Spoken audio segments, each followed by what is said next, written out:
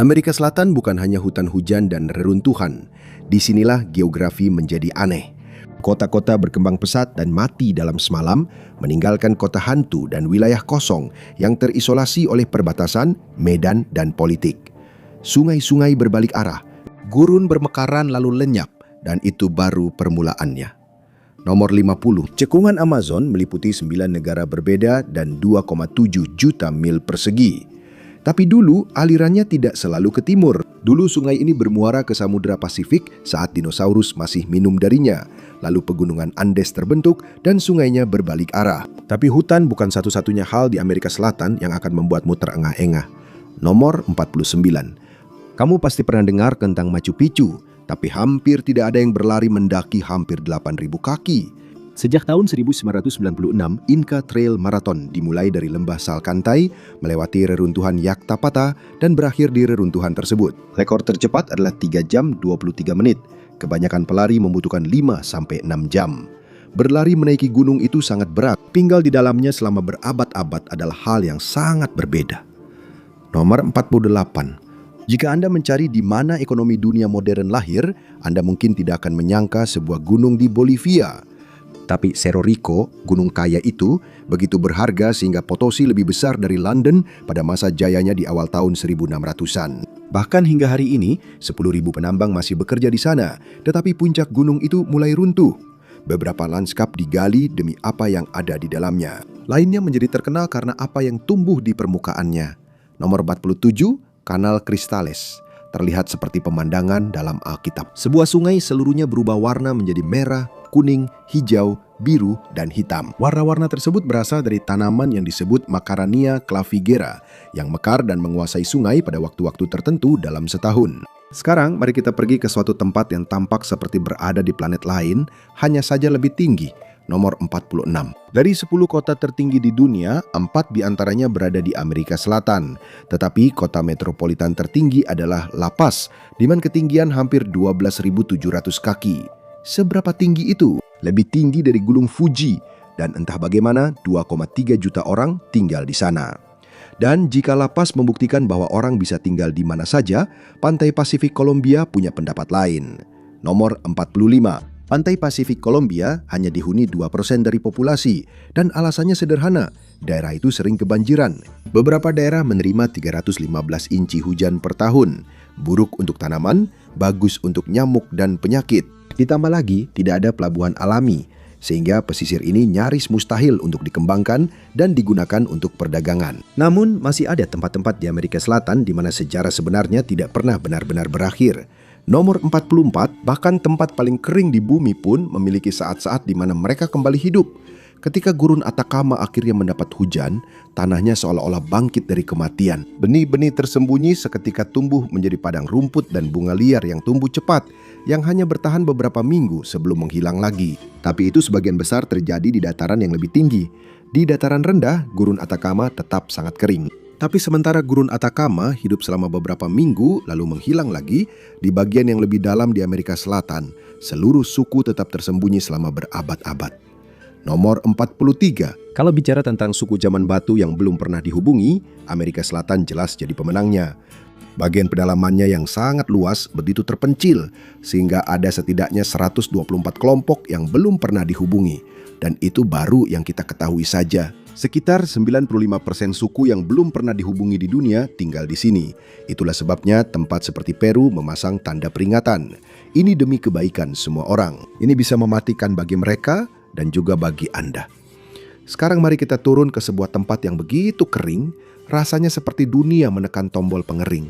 Nomor 42. Sahara bukanlah gurun terkering di dunia dan bukan juga Antartika. Gurun terkering adalah Atacama di Chili. Tidak heran jika gurun ini beruntung mendapatkan 0,02 inci curah hujan dalam setahun.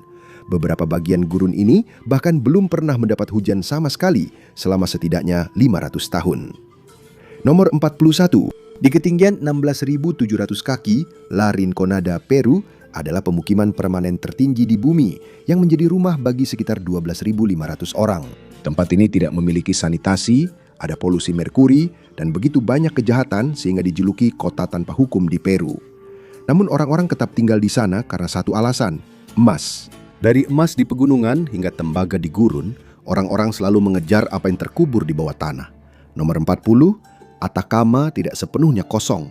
Gurun ini berada di atas tembaga. Dan pada tahun 1915, Chili membuka Chuquicamata, tambang tembaga terbuka terbesar di dunia. Mereka membangun kota dengan 25.000 penduduk sampai polusi menjadi sangat parah pada tahun 2000-an sehingga semua orang dipindahkan ke Calama. Jalan-jalannya masih ada. Rumah-rumah yang ditinggalkan, debu, dan sebuah patung Pinocchio di taman bermain yang terbengkalai. Sekarang ambil nuansa impian yang terbengkalai itu dan bawa jauh ke dalam hutan. Nomor 39, Fortlandia adalah kota perusahaan milik Henry Ford di Amazon. Dibangun untuk memproduksi karet yang dibutuhkan untuk mobil-mobilnya, lengkap dengan kolam renang, lapangan golf, lapangan tenis, dan bioskop. Tapi kehidupan di sini sangat ketat. Tidak ada alkohol, tidak ada tembakau, dan para manajer pergi dari rumah ke rumah untuk menegakkan aturan. Para pekerja memberontak pada tahun 1930. Sekarang ini hanyalah sebuah desa dengan 3.000 penduduk.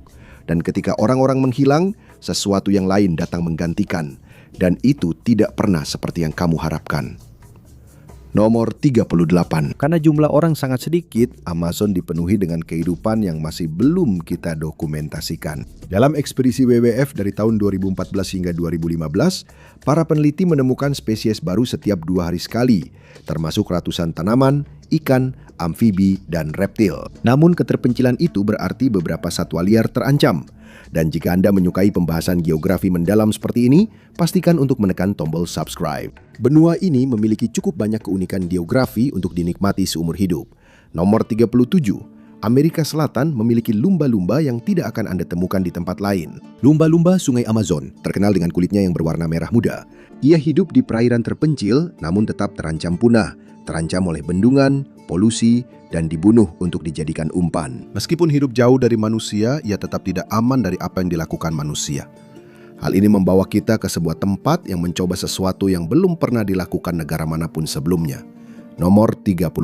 Pada tahun 2008, Ekuador menjadi negara pertama yang menyatakan bahwa alam memiliki hak konstitusional. Dan itu bukan sekedar simbolis.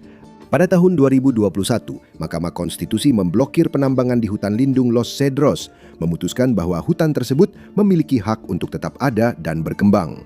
Dan itu tidak hanya berlaku untuk hutan saja, bahkan hutan bakau pun mendapat perlindungan hukum dari manusia.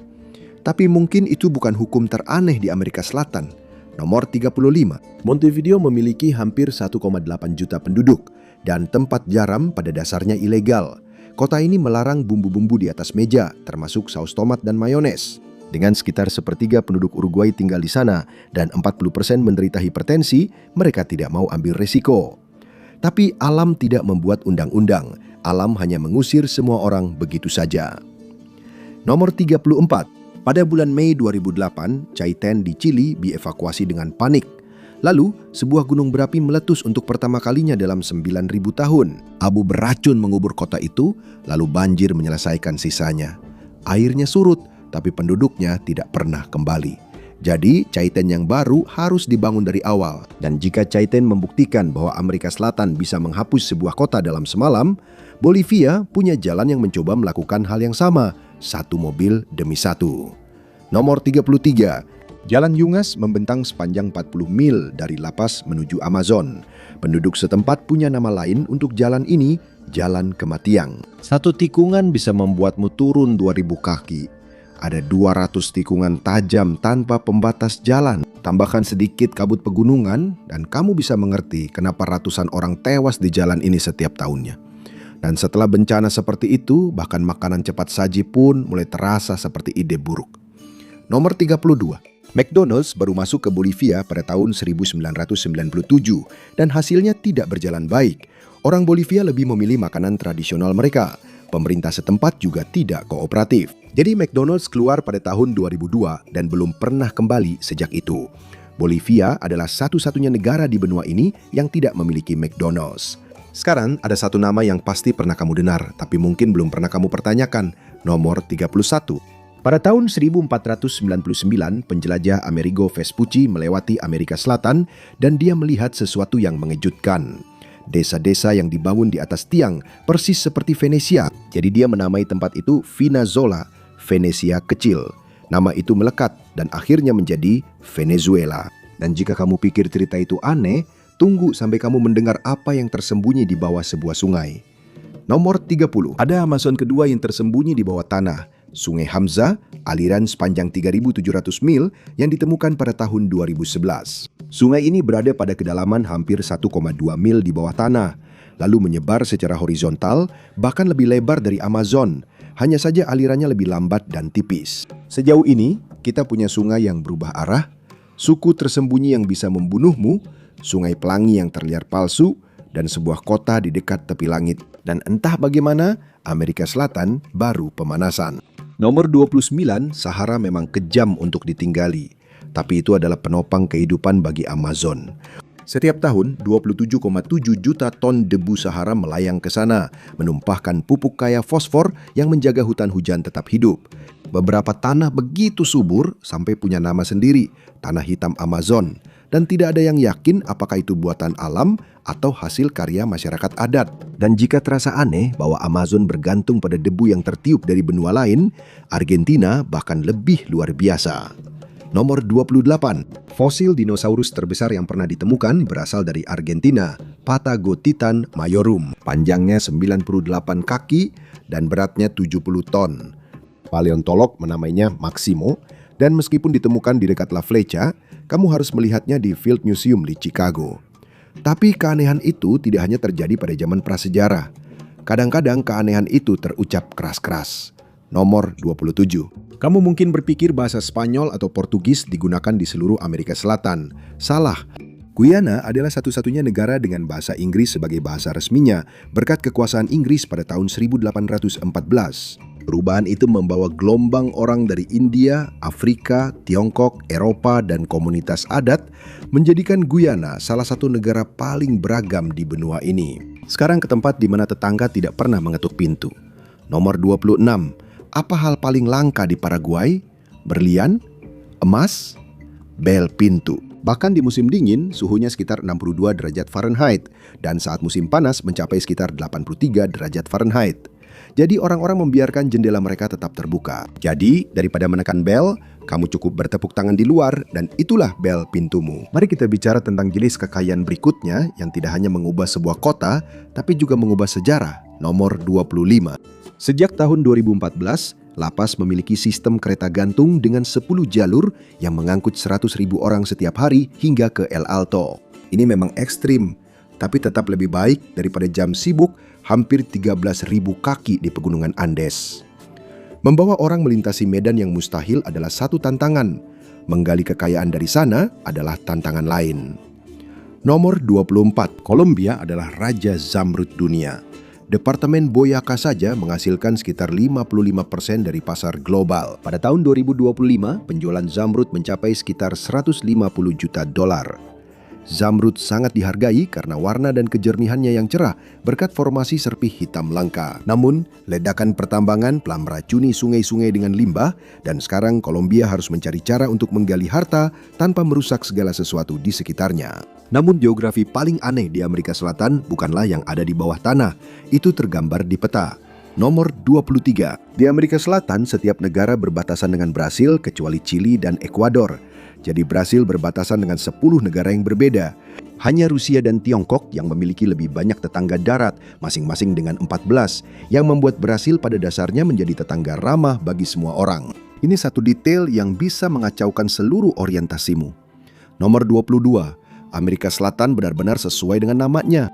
Kepulauan Diego Ramirez di Chili terletak lebih jauh ke selatan daripada tempat manapun di bumi kecuali Antartika.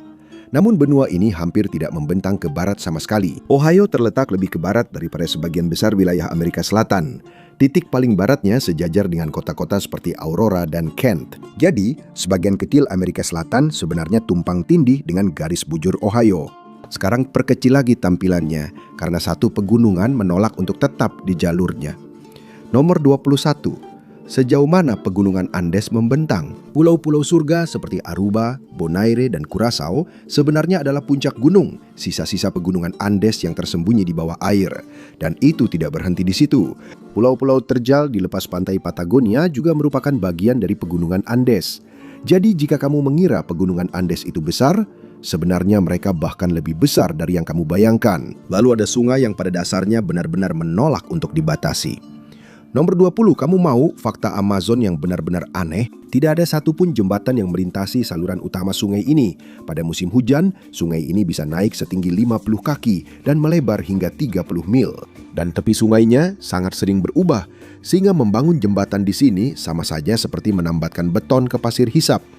Dan ini bahkan bukan satu-satunya cara sungai ini melawan infrastruktur. Sungai Amazon menantang rekayasa teknik, tapi politik di sini bisa sama rumitnya. Nomor 19. Sebagian besar ibu kota di Amerika Selatan menjadi pusat konsentrasi penduduk negaranya. Tapi Brasil adalah pengecualian besar. Brasilia memiliki sekitar 3 juta penduduk, namun itu hanya 1,4% dari seluruh Brazil, karena Portugal membiarkan satu koloni besar berkembang menjadi beberapa kota-kota besar yang berpengaruh, bukan hanya satu pusat utama. Sementara itu, Spanyol mengelola koloninya melalui pusat-pusat kekuasaan yang terpisah. Jadi di banyak negara bekas jajahan Spanyol, satu ibu kota metropolitan akhirnya menyerap sebagian besar penduduknya. Sekarang salah satu tradisi yang terdengar seperti lelucon sampai kamu sadar itu nyata. Nomor 18, Presiden Argentina punya pekerjaan sampingan yang sangat aneh. Menurut hukum, presiden yang sedang menjabat bisa menjadi wali baptis anak ketujuh dari keluarga manapun jika mereka memintanya. Aturan ini sudah ada sejak tahun 1974. Tapi beberapa orang percaya ini berasal dari tradisi bahwa anak ketujuh akan berubah menjadi manusia serigala yang disebut lobison.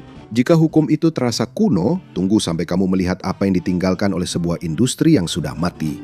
Nomor 17. Atacama menyembunyikan kota hantu UNESCO. Humberstone and Santa Laura Saltpeter Works muncul pada akhir 1800-an dan Humberstone sendiri menampung 3.700 orang. Lalu, masa kejayaan industri sendawa itu pun berakhir. Perusahaan itu ditutup dan kota tersebut ditinggalkan. Sekarang kamu masih bisa berjalan melewati gereja dan teaternya yang seolah terhenti oleh waktu di tengah gurun. Selanjutnya, sebuah tempat di mana langitnya sendiri tidak pernah berhenti menampilkan pertunjukan. Nomor 16. Biasanya, kamu akan melewatkan sambaran petir jika kamu berkedip, tapi tidak di sini. Di Sungai Catatumbo, Venezuela, tempat sungai itu bertemu dengan Danau Maracaibo, langit bisa memancarkan sekitar 1,2 juta sambaran petir setiap tahun yang terlihat hingga 250 mil jauhnya. Dan karena pegunungan mengurung badai di 3 sisi, badai ini bisa berlangsung hingga 10 jam selama 140 hingga 160 malam dalam setahun, terus-menerus menyambar berulang kali. Setelah kekacauan itu, inilah kejutan yang tidak pernah Anda duga akan ditemukan di Brasil. Nomor 15. Percaya atau tidak, ada lebih banyak penutur bahasa Okinawa di Brasil daripada di Jepang.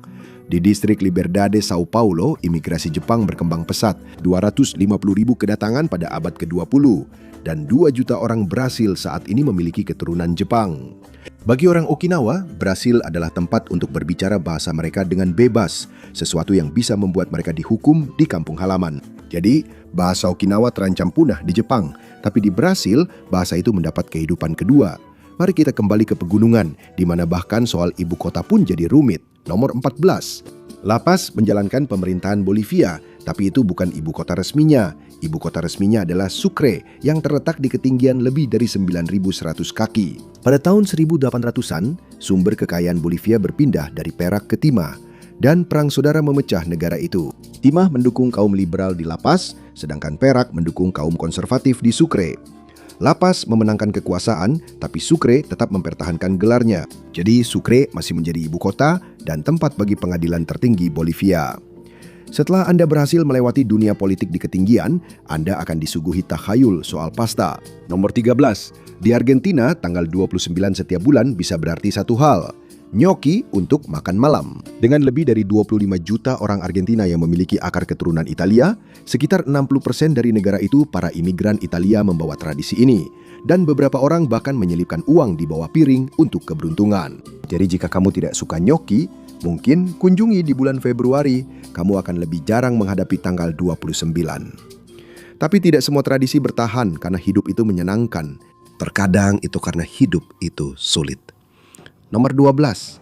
Sebagian besar peradaban besar terbentuk di sekitar sistem sungai besar. Dan bahkan saat ini, delta sungai menampung 2,6 kali lebih banyak orang dibandingkan pesisir lainnya. Tapi sungai Amazon adalah pengecualian. Wilayah itu menerima 60 hingga 120 inci hujan per tahun. Dan sebanyak itu air mengikis nutrisi tanah. Jadi pertanian cepat runtuh. Dan tanpa tanaman pangan yang andal, kamu tidak mendapatkan kota-kota padat atau pusat peradaban seperti di sungai-sungai lain. Dan kerasnya kondisi itu menghasilkan sesuatu yang lebih besar dari hutan hujan itu sendiri. Nomor 11. Kita semua pernah dengar bahwa Amazon adalah penyerap karbon, menelan hingga 2 miliar ton karbon dioksida setiap tahun. Tapi ya mungkin sekarang tidak lagi. Tapi inilah bagian yang sering dilupakan orang. Amazon tidak hanya menyimpan karbon, tapi juga membantu menghasilkan udara yang kamu hirup. Beberapa perkiraan mengaitkannya dengan sekitar 20% oksigen dunia. Jadi, jika hutan ini menurun, dampaknya bisa sangat serius. Kita telah melewati masa dinosaurus raksasa, lalu ke negara yang jadi pengecualian karena berbahasa Inggris, ke negara yang bahkan tidak punya bel pintu, hingga ke sebuah gunung yang pada dasarnya mencetak uang untuk kekaisaran-kekaisaran. Dan kita masih belum sampai ke bagian yang paling aneh. Nomor 10, peradaban bergantung pada garam. Garam menjaga makanan agar tidak membunuhmu, dan otakmu masih membutuhkannya untuk bekerja. Dan Bolivia punya banyak garam. Salar de Uyuni, hamparan garam seluas 4.000 mil persegi yang dulunya adalah sebuah danau raksasa. Saat hujan, lapisan tipis air mengubahnya menjadi cermin terbesar di dunia. Dua langit, cakrawala tanpa batas, dan bayanganmu melayang di tengah kehampaan. Dan jika hamparan garam Bolivia membuat dunia terlihat seperti terbalik, Argentina akan membawamu kembali ke kenyataan. Nomor 9. Jika kamu suka tempat tinggi, Amerika Selatan punya puncak tertinggi, Aconcagua, gunung tertinggi di benua ini. Tingginya sekitar 22.800 kaki, tertinggi kedua dari 7 puncak dunia, tapi para pendaki menyebutnya yang termudah karena ada jalur pendakian sampai ke puncaknya. Tapi ingat, mudah bukan berarti oksigennya cukup. Sekarang ada fakta perbatasan yang terdengar aneh sampai kamu cek globe. Nomor 8, perbatasan darat terpanjang Prancis bukan dengan Spanyol atau Jerman, tapi dengan Brasil. Guyana Prancis berbagi perbatasan sepanjang 450 mil dengan negara bagian Amapá di Brasil. Kenapa? Karena Guyana Prancis tidak pernah merdeka. Prancis datang pada tahun 1600-an dan tetap tinggal di sana. Perbatasan itu ditetapkan oleh Perjanjian Utrecht tahun 1713 dan hampir tidak berubah sejak saat itu. Dan sambil saya mengubah ekspektasi, mari kita patahkan satu lagi anggapan soal pantai. Nomor 7. Jika Anda mengharapkan pantai musim panas, Patagonia adalah tempat yang salah untuk mencarinya. Angin Roaring Forties dan arus Falkland membuat sebagian pantai Argentina bersuhu sekitar 57 hingga 64 derajat Fahrenheit. Suhu itu sempurna untuk berenang air dingin, tapi sangsara buat semua orang lainnya. Jika Anda masih ingin petualangan setelah itu, hutan hujan punya sesuatu yang spesial. Nomor 6. Ada jalan raya di Amazon, tapi kondisi alamnya tidak membuat jalan-jalan itu berfungsi seperti jalan biasa.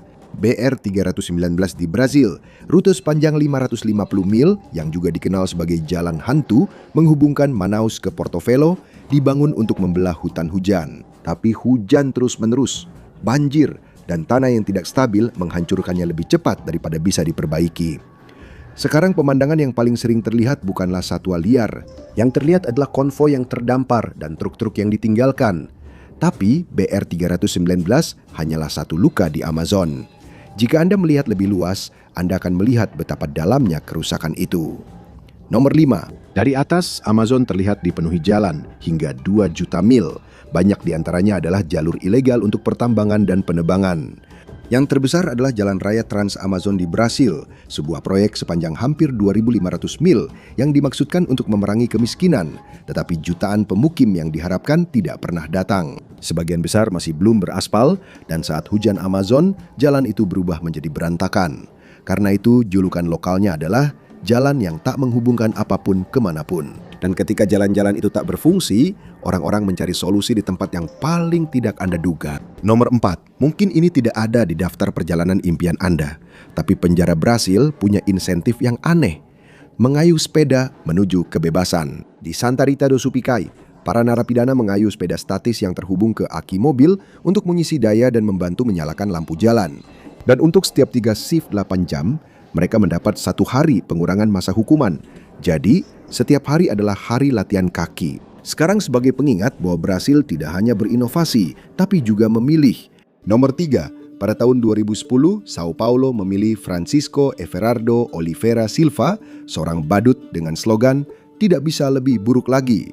Dan dia mendapatkan 1,3 juta suara, Dan ketika dia meninggalkan Kongres pada tahun 2017, dia berkata bahwa lelucon sebenarnya bukanlah dirinya. Itu adalah para politisi yang bahkan tidak muncul.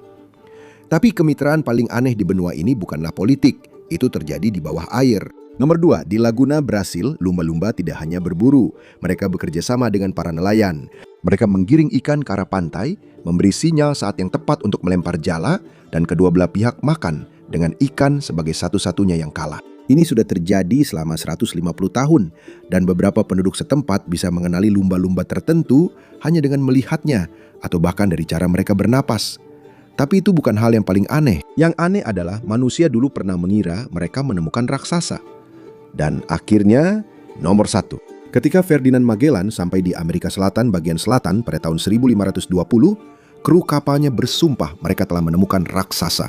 Seseorang begitu tinggi, sampai-sampai mereka hanya setinggi pinggangnya. Itulah asal nama Patagonia, Patagones, yang berarti kaki besar. Padahal orang-orang itu sebenarnya bernama Tehuelche. Mereka bukan raksasa mitos, hanya saja sangat tinggi untuk ukuran zaman itu, dan mereka masih ada sampai sekarang. Dengan sekitar 41.000 orang tercatat dalam sensus Argentina tahun 2022. Dan jika raksasa Patagonia menakutkan karena tinggi badan mereka, Bolivia punya jalan yang menakutkan karena tidak peduli seberapa tinggi Anda, jalan itu tetap bisa membunuh Anda. Terima kasih sudah bergabung dengan saya hari ini. Saya harap Anda menikmati videonya. Dan jika Anda ingin melihat lebih banyak video seperti ini, silakan pertimbangkan untuk berlangganan dan aktifkan notifikasi. Itu benar-benar sangat membantu. Terima kasih sekali lagi dan sampai jumpa di lain waktu di Mepek.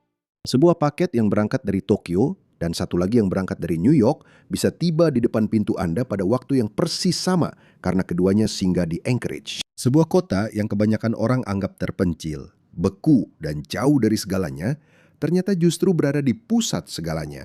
Jika Anda melihat dari jauh, Anchorage berada tepat di antara dua zona ekonomi terbesar di bumi, dan itu baru permulaannya. Kota ini diam-diam memiliki pengaruh yang jauh lebih besar dari ukurannya, bahkan memiliki pengaruh yang tak bisa ditandingi oleh kebanyakan kota yang ukurannya 10 kali lebih besar. Jadi bagaimana tempat yang tampak begitu terpencil bisa menjadi begitu berpengaruh?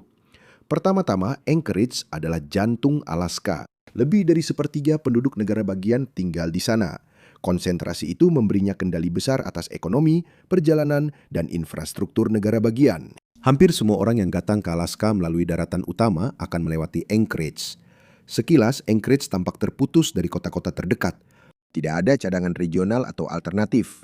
Namun kenyataannya, setiap sistem penting, penerbangan, kargo, dan koneksi, semuanya mengalir ke satu pusat ini. Bandara Internasional Ted Stevens Anchorage melayani jutaan penumpang dan menangani lebih dari 100.000 pendaratan setiap tahun. Lebih dari 4 kali lipat lalu lintas penumpang di Fairbanks, satu-satunya pusat utama lain di negara bagian ini. Pelacakan kargo secara real-time dan optimalisasi memungkinkan pengiriman berjalan efisien bahkan melalui cuaca Alaska yang ekstrim. Pelacakan kargo secara real-time dan optimalisasi memungkinkan pengiriman berjalan efisien, bahkan melalui cuaca Alaska yang ekstrim, menjadikannya sebagai penghubung penting dalam rantai pasokan global. Dan inilah yang tak pernah dipertimbangkan kebanyakan orang. Jika bandara ini berhenti beroperasi, rantai dingin farmasi akan runtuh, lini produksi otomotif di Detroit terhenti, dan makanan laut segar tidak pernah sampai ke New York.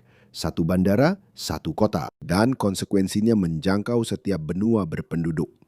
Tapi disinilah bagian menariknya. Ini adalah tempat di mana rute jarak jauh saling bersilangan, di mana kargo dialihkan, dan di mana para pelancong melewati tanpa menyadari betapa pentingnya persinggahan ini. Dari Anchorage, 90% dunia maju berada dalam jangkauan penerbangan 9,5 jam, sesuatu yang tidak bisa diklaim oleh bandara besar lain di dunia. Itu berarti maskapai dari Asia bisa membawa muatan lebih berat dengan bahan bakar lebih sedikit, berhenti di Anchorage untuk mengisi bahan bakar, lalu melanjutkan ke Amerika Utara dengan muatan yang tak akan bisa mereka angkut dalam penerbangan tanpa singgah. Bandara ini menempati peringkat kedua tersibuk untuk kargo di AS Serikat dan keempat di dunia. FedEx, UPS, dan layanan pos AS Serikat memiliki pusat utama di sini. Alaska sangat penting bagi jaringan surat dan paket Amerika Serikat, sehingga memiliki dispensasi federal khusus yang memungkinkan kargo dipindahkan antara pesawat berbeda dari maskapai asing yang sama tanpa pemeriksaan tambahan. Ini adalah hak istimewa yang tidak dimiliki bandara manapun di 48 negara bagian daratan Amerika Serikat. Anda bisa menyebut ini penghemat waktu kecil, tapi kenyataannya ini memangkas waktu pengiriman hingga berjam-jam, menurunkan biaya operasional, dan menjadikan Anchorage sebagai magnet bagi logistik global. Seluruh Amerika Serikat dan Kanada berada di satu sisi, sementara di seberang Pasifik ada raksasa seperti Jepang, Tiongkok, dan Korea Selatan. Rute kargo dari Rusia bisa langsung melintasi Arktik dan Pasifik, menjadikan Anchorage sebagai titik singgah alami untuk pengiriman berat yang bergerak antar benua. Dan sekarang, maskapai penumpang mulai memperhatikan hal ini. Mereka meminta fleksibilitas yang sama untuk penumpang, sebuah langkah yang bisa mengubah Anchorage dari pusat kargo menjadi pusat transit global yang sesungguhnya. Kekuatan Anchorage juga meluas dari langit hingga ke laut. Pelabuhan Alaska memindahkan 95% produk minyak olahan negara bagian ini dan hampir 3/4 dari seluruh barang, menghubungkan sumber daya penting ke bandara dan ke tempat lain. Setiap pengiriman yang melewati pelabuhan ini menjaga komunitas tetap berjalan, bisnis tetap buka, dan infrastruktur tetap mendapatkan pasokan. Dan ini juga menguntungkan. Pelabuhan Alaska menghasilkan pendapatan yang cukup untuk membiayai perluasan dan peningkatan fasilitasnya sendiri, bahkan membayar iuran kepada kota untuk membantu menjalankan pemerintahan lokal. Tugas terpentingnya adalah mengirimkan bahan bakar untuk pangkalan militer besar kota dan bandara internasional, menjaga operasional tetap berjalan apapun musimnya. Bahkan di musim dingin, ketika kenik arm membeku, pelabuhan tetap beroperasi tanpa henti. Dalam beberapa tahun terakhir, pelabuhan ini telah menangani lebih dari 5 juta ton bahan bakar dan barang. Dan dengan pertumbuhan penduduk serta industri Alaska, angka tersebut dipastikan akan terus meningkat. Menjaga Alaska tetap mendapat pasokan makanan dan bahan bakar sangatlah penting, karena Alaska memproduksi jauh lebih banyak daripada yang dikonsumsinya. Pada tahun 2024, PDB Alaska berada sedikit di bawah 70 miliar dolar, dengan minyak dan gas menjadi penyumbang terbesar. Minyak dari Prado Bay mengalir melalui Anchorage, dan aliran itu bukan hanya untuk kebutuhan lokal, tapi juga bersifat strategis. Karena setiap barel yang bergerak ke selatan memperkuat kemandirian energi Amerika Serikat, mengurangi ketergantungan pada minyak asing, dan memberikan negara itu lebih banyak kendali atas pasokannya sendiri. Minyak yang ditujukan untuk pasar internasional biasanya dikirim ke kapal kargo yang menuju Pasifik. Barang-barang kecil bernilai tinggi dikirim lewat udara melalui Bandara Ted Stevens. Secara keseluruhan, Alaska mengekspor sekitar 7,2 miliar dolar dalam bentuk barang setiap tahunnya, termasuk produk seperti makanan laut dan minyak mentah. Meskipun beberapa kapal dan penerbangan kecil berangkat dari bandara dan pelabuhan lain, Anchorage adalah satu-satunya lokasi pusat yang mampu menangani operasi pengiriman skala besar yang dibutuhkan oleh bisnis ekspor Alaska yang berkembang pesat. Hal ini kemungkinan besar hanya akan mempercepat lonjakan orang yang datang ke kota untuk mencari pekerjaan yang berat, intens, tetapi stabil di industri-industri utama negara bagian ini. Sebagian besar wilayah Alaska berhenti beraktivitas saat musim dingin. Anchorage tidak. Dengan suhu di atas titik beku selama 7 hingga 8 bulan dalam setahun, pelabuhan tetap beroperasi, pangkalan tetap berjalan, dan bandara tetap melayani penerbangan. Dan seiring periode itu semakin panjang, begitu juga keunggulan Anchorage dibandingkan kota lain di negara bagian ini. Dan saat kondisi cuaca di sekitar perairan menjadi kurang ekstrim, penerbangan masuk dan keluar bandara menjadi lebih mudah. Namun Anchorage masih punya satu keunggulan lagi yang belum dikeluarkan. Dan saat daerah lain kesulitan, Anchorage mungkin masih bisa memetik manfaatnya. Kutub utara mulai terbuka, suhu di sana meningkat lebih cepat dari rata-rata global. Letser mulai mencair dan jalur pelayaran mulai bermunculan. Daerah yang dulunya tertutup tanah beku permanen, sekarang semakin terbuka untuk aktivitas musiman. Dan alasannya sangat jelas. Alaska mengalami pemanasan 2 hingga 3 kali lebih cepat dari rata-rata global. Dan hal ini bisa mengubah Alaska untuk generasi-generasi yang akan datang. Sejak tahun 1971, suhu di sekitar Anchorage telah naik 2 derajat Fahrenheit, sementara di North Slope telah melonjak 6 derajat Fahrenheit. Ketika jalur laut utara terbuka sepenuhnya, kapal yang berlayar dari Rotterdam ke Yokohama memotong perjalanannya dari 11.200 mil laut menjadi sekitar 7.000 mil laut, menghemat sekitar 2 minggu dan ratusan ribu dolar per perjalanan. Seiring jalur pelayaran Arktik yang semakin ramai, setiap kapal antara Eropa dan Asia harus melewati pengawasan Anchorage. Kota ini menjadi titik sempit maritim yang menyaingi bahkan Selat Hormuz. Mencairnya permafrost Musim yang lebih panjang dan terbukanya jalur pelayaran menciptakan tantangan sekaligus peluang strategis, menempatkan Anchorage pada posisi yang semakin penting untuk energi dan perdagangan. Namun, hal ini tidak tanpa konsekuensi. Minyak dan gas alam merupakan kontributor utama perubahan iklim, dan skala ekstraksi di sini mungkin menjadi salah satu alasan mengapa wilayah ini memanas lebih cepat dibandingkan hampir semua tempat lain di bumi. Namun, apa yang secara global dianggap sebagai krisis jangka panjang, dalam jangka pendek justru bisa menciptakan peluang baru bagi penduduk lokal. Seiring es cair dan kondisi berubah, sumber daya dan jalur perdagangan yang sebelumnya tidak dapat diakses mulai terbuka, menempatkan Anchorage pada posisi yang bahkan lebih strategis daripada sebelumnya. Namun hal ini bisa lebih dari sekedar membuka peluang. Ini bisa mengubah wajah negara bagian tersebut. Saat ini pertanian di Alaska sangat terbatas. Musim tanamnya singkat, musim dinginnya panjang, dan hanya tanaman yang paling tahan banting yang bisa bertahan hidup. Itu berarti sebagian besar buah dan sayuran segar harus dikirim dari 48 negara bagian di daratan utama Amerika Serikat, seringkali dengan biaya mahal dan kadang-kadang tiba setelah waktu pengiriman yang lama sehingga menurunkan kualitasnya. Batas itu mulai retak. Seiring suhu meningkat, jendela waktu untuk bertani mulai meluas. Apa yang dulunya mustahil, perlahan-lahan mulai menjadi mungkin. Musim tanam yang lebih panjang, hasil panen yang lebih tinggi, dan lebih banyak variasi. Produksi buah di Alaska yang dulunya hampir tidak ada bisa mulai berkembang. Jika tren itu berlanjut, negara bagian ini pada akhirnya bisa beralih dari bergantung pada impor menjadi memproduksi cukup banyak untuk mengirim sebagian hasil panennya sendiri ke selatan, mengubah kelemahan lama menjadi keunggulan ekonomi baru. Dan dengan semua aktivitas ekonomi dan strategis yang berpusat di sini, keamanan tidak lagi menjadi pilihan. Keamanan menjadi sangat penting. Anchorage telah menjadi prioritas militer sejak sebelum Alaska menjadi negara bagian, dan alasannya tidak pernah berubah. Jadi tidak mengherankan jika tak ada biaya yang dihemat untuk mempertahankannya. Pada tahun 1935, Jenderal Billy Mitchell, Bapak Angkatan Udara Amerika Serikat, berkata kepada Kongres, "Saya percaya bahwa di masa depan, siapapun yang menguasai Alaska akan menguasai dunia." Dan Anchorage adalah benteng ekonomi dan populasi Alaska. Untuk mencapainya dari laut, kapal harus berlayar melewati Teluk Cook, lalu berkelok melalui Nick Arm yang lebih sempit. Disitulah kota itu berada, dan tepat di sebelahnya ada pangkalan gabungan Elmendorf Richardson. Terpencil? Tentu saja. Tapi juga salah satu instalasi militer terkuat di Amerika Serikat. Inilah tempat di mana garis pertahanan pertama Amerika Serikat bertemu dengan ancaman dari Pasifik dan Arktik. Pangkalan gabungan Elmendorf Richardson, rumah bagi lebih dari 40.000 orang, terletak di ujung kota, mendeteksi potensi ancaman dari seluruh wilayah Pasifik dan Arktik, sambil menjadi pusat penelitian penting tentang es, jalur pelayaran, dan sumber daya energi. Setiap rudal yang diluncurkan dari Rusia atau Tiongkok menuju benua ini akan terdeteksi pertama kali di sini. Hampir semua operasi besar di Alaska, mulai dari Komando Alaska hingga pasukan regional NORAD, berpusat di Anchorage, memusatkan pertahanan penting pada satu titik strategis. Tapi itu belum semuanya. Di bawah lingkaran Arktik diperkirakan terdapat 13% cadangan minyak dunia yang belum ditemukan dan 30% gas alamnya. Dan salah satu gerbang terpenting menuju sumber daya itu melewati Anchorage. Siapapun yang menguasai kota ini akan menguasai koridor sumber daya yang paling diperebutkan di abad berikutnya. Berbeda dengan sebagian besar pangkalan militer yang tersembunyi di pinggiran kota, pangkalan gabungan Elmendorf Richardson terletak tepat di sebelah utara permukiman Anchorage. Kehadirannya terasa dekat. Rata-rata penduduk merasakan pengaruhnya setiap hari. Ini adalah pemberi kerja nomor 1 di kota, dan investasi federal di wilayah ini kemungkinan hanya akan meningkat. Ancaman di masa depan membuat hal ini menjadi semakin penting. Meskipun Rusia kini kurang menjadi perhatian, kebangkitan Tiongkok membuat kawasan Pasifik menjadi titik rawan yang potensial.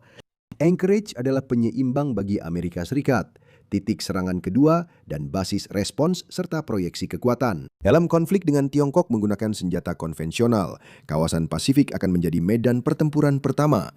Hawaii akan menjadi target awal yang jelas, mengingatkan pada serangan mendadak di Perang Dunia II. Namun saat Hawaii menerima gelombang serangan pertama, Amerika Serikat dapat memobilisasi respons dari pangkalan gabungan Elmendorf Richardson. Anchorage juga menjadi tuan rumah program penelitian ilmiah dan energi Arktik yang penting, memberikan data kepada perencana militer dan perusahaan tentang kondisi es, jalur pelayaran, dan ketersediaan sumber daya. Ini adalah kemampuan yang hanya dimiliki oleh sedikit kota di dunia. Sektor militer dan ekonomi Alaska berjalan selaras. Pangkalan gabungan Elmendorf Richardson tidak hanya menangkal ancaman potensial, Pangkalan ini menopang sebuah kota yang pelabuhan dan ekspornya menjaga perdagangan global tetap berjalan, memperkuat status Anchorage sebagai pusat pengaruh. Namun semua ini juga memiliki dampak negatif yang sangat nyata. Pemanasan air sudah mengancam habitat salmon, menempatkan salah satu industri terpenting Alaska dalam risiko. Namun di saat yang sama, keuntungannya sangat besar. Akses yang lebih mudah ke minyak dan gas alam, musim operasi yang lebih panjang, dan wilayah baru yang terbuka untuk eksplorasi bisa menghasilkan pendapatan jauh lebih besar daripada yang hilang, setidaknya dalam jangka pendek. Dan semua aktivitas itu, energi, pengiriman, logistik, harus melewati satu tempat. Tidak ada yang tahu persis bagaimana hal ini akan terjadi, tapi Anchorage sudah berada di posisi untuk mendominasi. Pertahanan, perdagangan global, akses Arktik, energi, semuanya bertemu di sini. Kota yang dulu tampak seperti ujung dunia ternyata menjadi pusat gravitasinya. Anchorage tidak hanya berada di peta, tapi mulai menguasainya juga. Terima kasih sudah bergabung bersama saya hari ini. Saya harap Anda menikmati videonya. Dan jika Anda ingin melihat lebih banyak video seperti ini, silakan pertimbangkan untuk berlangganan dan aktifkan notifikasinya. Itu benar-benar sangat membantu. Terima kasih sekali lagi dan sampai jumpa lain kali di Mapag. Rusia diberkahi dengan beberapa lanskap paling menakjubkan di dunia dan sumber daya alam yang sangat luas. Namun meskipun memiliki semua itu, banyak orang di sana sangat tidak bahagia dan data mendukung hal tersebut. Rusia memiliki tingkat bunuh diri tertinggi kelima di dunia, yaitu 24,1 per 100.000 orang, dan itu hanya rata-rata nasional. Di beberapa wilayah, angkanya bahkan lebih mengkhawatirkan. Mengapa hidup di salah satu negara dengan sumber daya paling melimpah di dunia begitu sulit bagi begitu banyak orang? Mari kita lihat lebih dekat. Menurut lembaga think tank Freedom House yang berbasis di Washington DC, Rusia termasuk salah satu negara yang paling tidak bebas di dunia. Tapi apa sebenarnya arti dari itu?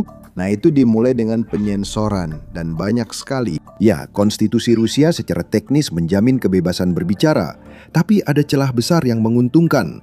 Pemerintah bisa menindak keras apapun yang dianggap sebagai ekspresi ekstremisme. Seiring waktu, definisi itu telah diperluas, memungkinkan pihak berwenang menekan perbedaan pendapat, membatasi jurnalisme independen, dan membungkam suara oposisi. Kontrol terhadap ekspresi ini telah dibandingkan langsung dengan Korea Utara, di mana narasi negara mendominasi dan media beroperasi di bawah pengawasan pemerintah yang hampir total. Di bawah rezim Vladimir Putin, hampir semua media utama di Rusia dijalankan oleh negara atau diatur secara ketat. Jaringan paling populer di Rusia adalah Channel One. Ini adalah kemitraan publik swasta antara pemerintah Rusia dan sekelompok investor. Tetapi dalam praktiknya, saluran ini lebih berfungsi sebagai corong bagi Kremlin. Setiap investor utama yang terikat dengan saluran tersebut sangat dekat dengan rezim Putin, dan liputannya mencerminkan hal itu. Tapi bagaimana dengan saluran lain? NTV adalah saluran kedua yang paling populer di negara ini, tetapi kontennya bernuansa sangat mirip dengan Channel One. Itu karena NTV dikendalikan oleh Gazprom, raksasa energi milik negara yang memiliki hubungan erat dengan Kremlin. Lalu ada Russia One yang melengkapi jajaran penyiar utama. Saluran itu dimiliki oleh perusahaan penyiaran televisi dan radio negara seluruh Rusia, VGTRK, sebuah entitas yang dijalankan pemerintah. Dengan kata lain, 3 jaringan televisi teratas di Rusia semuanya sangat terkait dengan negara, dan pesan-pesan mereka jarang menyimpang dari garis resmi pemerintah. Penonton barat kemungkinan sudah akrab dengan Russia Today, RT, jaringan berbahasa Inggris milik negara tersebut. Meskipun RT beroperasi dalam skala yang lebih kecil dibandingkan raksasa domestik seperti Channel One atau Russia One, RT tetap sepenuhnya didanai oleh pemerintah Rusia. Tingkat kontrol seperti ini tidak hanya berhenti di televisi, ini juga meluas ke radio. Gazprom juga terlibat dalam bisnis radio. Gazprom memiliki Avto Radio, stasiun radio terpopuler kedua di negara ini. Faktanya, hampir semua stasiun radio besar di Rusia dimiliki negara atau dikendalikan oleh perusahaan yang berafiliasi dengan Kremlin. Dan ketika berbicara tentang media cetak dan surat kabar, ceritanya tidak berbeda. Negara atau sekutunya mengendalikan narasi. Jadi jika Anda pernah bertanya-tanya mengapa Rusia jarang menghasilkan film, acara, atau buku yang diakui secara global, inilah salah satu alasan utamanya. Kreativitas sulit berkembang di lingkungan yang bertumpu pada penyensoran. Itulah kenyataan hidup di Rusia. Warga dipaksa mengonsumsi media yang tidak mereka percayai. Hanya 35% orang Rusia yang mempercayai apa yang mereka lihat di Channel One pada tahun 2023. Dan itu adalah saluran yang paling dipercaya. Jangkauan Kremlin meluas jauh ke dunia digital. YouTube masih bisa diakses untuk saat ini, tetapi pengalamannya sangat berbeda dari yang biasa dinikmati pengguna barat. Platform tersebut berjalan sangat lambat, membuatnya mustahil untuk menonton apapun. Dan ada alasannya untuk itu. Kremlin membatasi bandwidth YouTube pada musim panas 2024, sehingga lalu lintas turun menjadi 20% dari tingkat normalnya pada akhir tahun. Tapi itu belum semuanya. Pada November 2024, perusahaan induk Google, Alphabet, didenda $20 billion karena menolak mengaktifkan kembali saluran YouTube pro-Rusia. Itu bukan denda yang akan dibayar oleh perusahaan, apalagi karena jumlahnya 200 kuintiliun kali lebih besar dari seluruh ekonomi global. Kami tidak mengada-ada, tapi itu tidak masalah. Anak perusahaan Google di Rusia sudah dinyatakan bangkrut pada tahun 2022. Jadi jika seseorang sudah memiliki ponsel Android di Rusia, mereka mungkin masih baik-baik saja untuk saat ini. Tapi untuk mendapatkan yang baru, itu lain cerita. Kalau kamu penasaran, situasinya juga mirip dengan Apple. Ketika berbicara tentang penelusuran internet, sebagian besar pencarian sekarang dialihkan melalui Yandex milik Rusia, sebuah platform yang sangat jelas berpihak pada Kremlin. Jaringan media sosial menghadapi masalah serupa. Facebook, Instagram, keduanya juga tidak. Keduanya diblokir setelah Putin memutuskan untuk meluncurkan operasi militer khusus itu. Perusahaan induk mereka, Meta, diberi label sebagai organisasi ekstremis. Belum ada denda $20 desiliun, tapi itu bisa saja terjadi kapan saja. X juga diblokir. Kemungkinan besar situasi ini tidak akan berubah dalam waktu dekat. Namun, ada satu acara di Rusia yang tidak disensor, yaitu acara tentang politik Rusia. Dan itu bukan kabar baik. Sementara Rusia mempertahankan kepura-puraan tentang pemilu yang adil dan demokratis, kenyataannya sangat berbeda. Ya, orang-orang bisa pergi ke tempat pemungutan suara, itu memang nyata. Tapi itu juga bagian dari pertunjukan yang diatur dengan sangat hati-hati. Pengamat pemilu yang sah sangat dibatasi, dengan rezim Putin membatasi berapa banyak yang boleh masuk ke tempat pemungutan suara. Dan ya, ada iklan untuk partai oposisi, tapi itu juga bagian dari ilusi, bahkan jumlahnya terlalu banyak. Itu karena Putin bisa memilih sendiri lawan-lawan politiknya, dan dia telah memilih banyak. Di antara mereka ada Partai Komunis, Partai Rusia yang Adil, Partai Demokrat Liberal Rusia, dan Partai Orang Baru. Partai-partai ini memenangkan total gabungan 118 kursi di Duma pada tahun 2021. Rezim Putin melonggarkan aturan pendaftaran partai pada tahun 2012 untuk mendorong ratusan partai lain bermunculan. Kedengarannya seperti kebebasan, tapi kedengarannya adalah kata kuncinya. Begitu banyak partai yang saling bersaing, berarti oposisi sejati tetap terpecah dan sebagian besar partai tetap kecil. Tapi beberapa partai minoritas ini berhasil lolos. Pada tahun 2021, 3 partai baru, Rakyat Baru, Untuk Kebenaran, dan Alternatif Hijau mendapatkan cukup dukungan untuk memenuhi syarat mengikuti pemilu Duma. Tapi seperti yang bisa Anda duga, selalu ada jebakan. Semua partai yang katanya oposisi ini punya kesamaan. Para pemimpin dan ketua mereka memiliki hubungan dengan Partai Rusia Bersatu milik Putin. Partai oposisi dan kandidat yang benar-benar ada di luar sandiwara yang dipentaskan Putin dengan mudah didiskualifikasi. Yang paling terkenal di dunia internasional adalah Alexei Navalny, tapi dia bukan satu-satunya. Tokoh-tokoh di luar pertunjukan resmi politik Rusia harus siap diintimidasi atau dicap sebagai ekstremis. Demonisasi adalah bagian yang paling jelas. Setiap kali ada penangkapan atau dakwaan terhadap tokoh oposisi sejati, masyarakat Rusia akan mendengarnya melalui media apapun yang mereka sukai untuk dikonsumsi. Namun, jenis sensor seperti ini bukan hanya terjadi di Rusia. Tiongkok juga menggunakan banyak taktik yang sama, tetapi dengan satu perbedaan utama. Tiongkok bahkan tidak repot-repot melakukan sandiwara politik seperti yang dilakukan Rusia. Tidak ada pemilu palsu, dan sensor internetnya melalui grid firewall bahkan lebih terang-terangan. Namun, tingkat bunuh diri di antara warganya adalah 9,17 per 100 ribu. Kenapa? Salah satu penjelasannya adalah pemerintah Tiongkok telah membuat kesepakatan dengan rakyatnya sebagai imbalan untuk ini. Pemerintah masih memerintah mereka dengan cara yang keras, tetapi menjamin pertumbuhan ekonomi sebagai gantinya, dan itu berhasil. Sekitar 800 juta orang telah keluar dari kemiskinan sejak negara itu membuka diri ke dunia pada tahun 1978. Gaji median di Tiongkok sekitar $4.000 per bulan. Sejauh ini, Partai Komunis telah memenuhi janji yang mereka buat. Rusia tidak pernah membuat janji seperti itu. Hidup selalu sulit bagi pekerja Rusia pada umumnya, tetapi dalam beberapa tahun terakhir, kondisinya memburuk secara signifikan. Mereka yang ingin memahami alasan di balik kesulitan yang semakin besar ini menghadapi risiko nyata. Kebenaran tidak mudah ditemukan di media arus utama, dan di bawah undang-undang Rusia saat ini menyebarkan apa yang pemerintah definisikan sebagai informasi palsu yang disengaja tentang apa yang disebut operasi militer khusus dapat berakibat hukuman penjara hingga 15 tahun. Akibatnya, banyak kenyataan tetap tersembunyi. Invasi Putin ke Ukraina membuat Rusia menjadi negara yang paling banyak dikenai sanksi di dunia, melebihi bahkan Korea Utara dan Iran. Hal ini mungkin tampak mengejutkan, terutama mengingat kekayaan dan keamanan yang terus dinikmati oleh Presiden Vladimir Putin dan orang-orang di lingkaran dalamnya.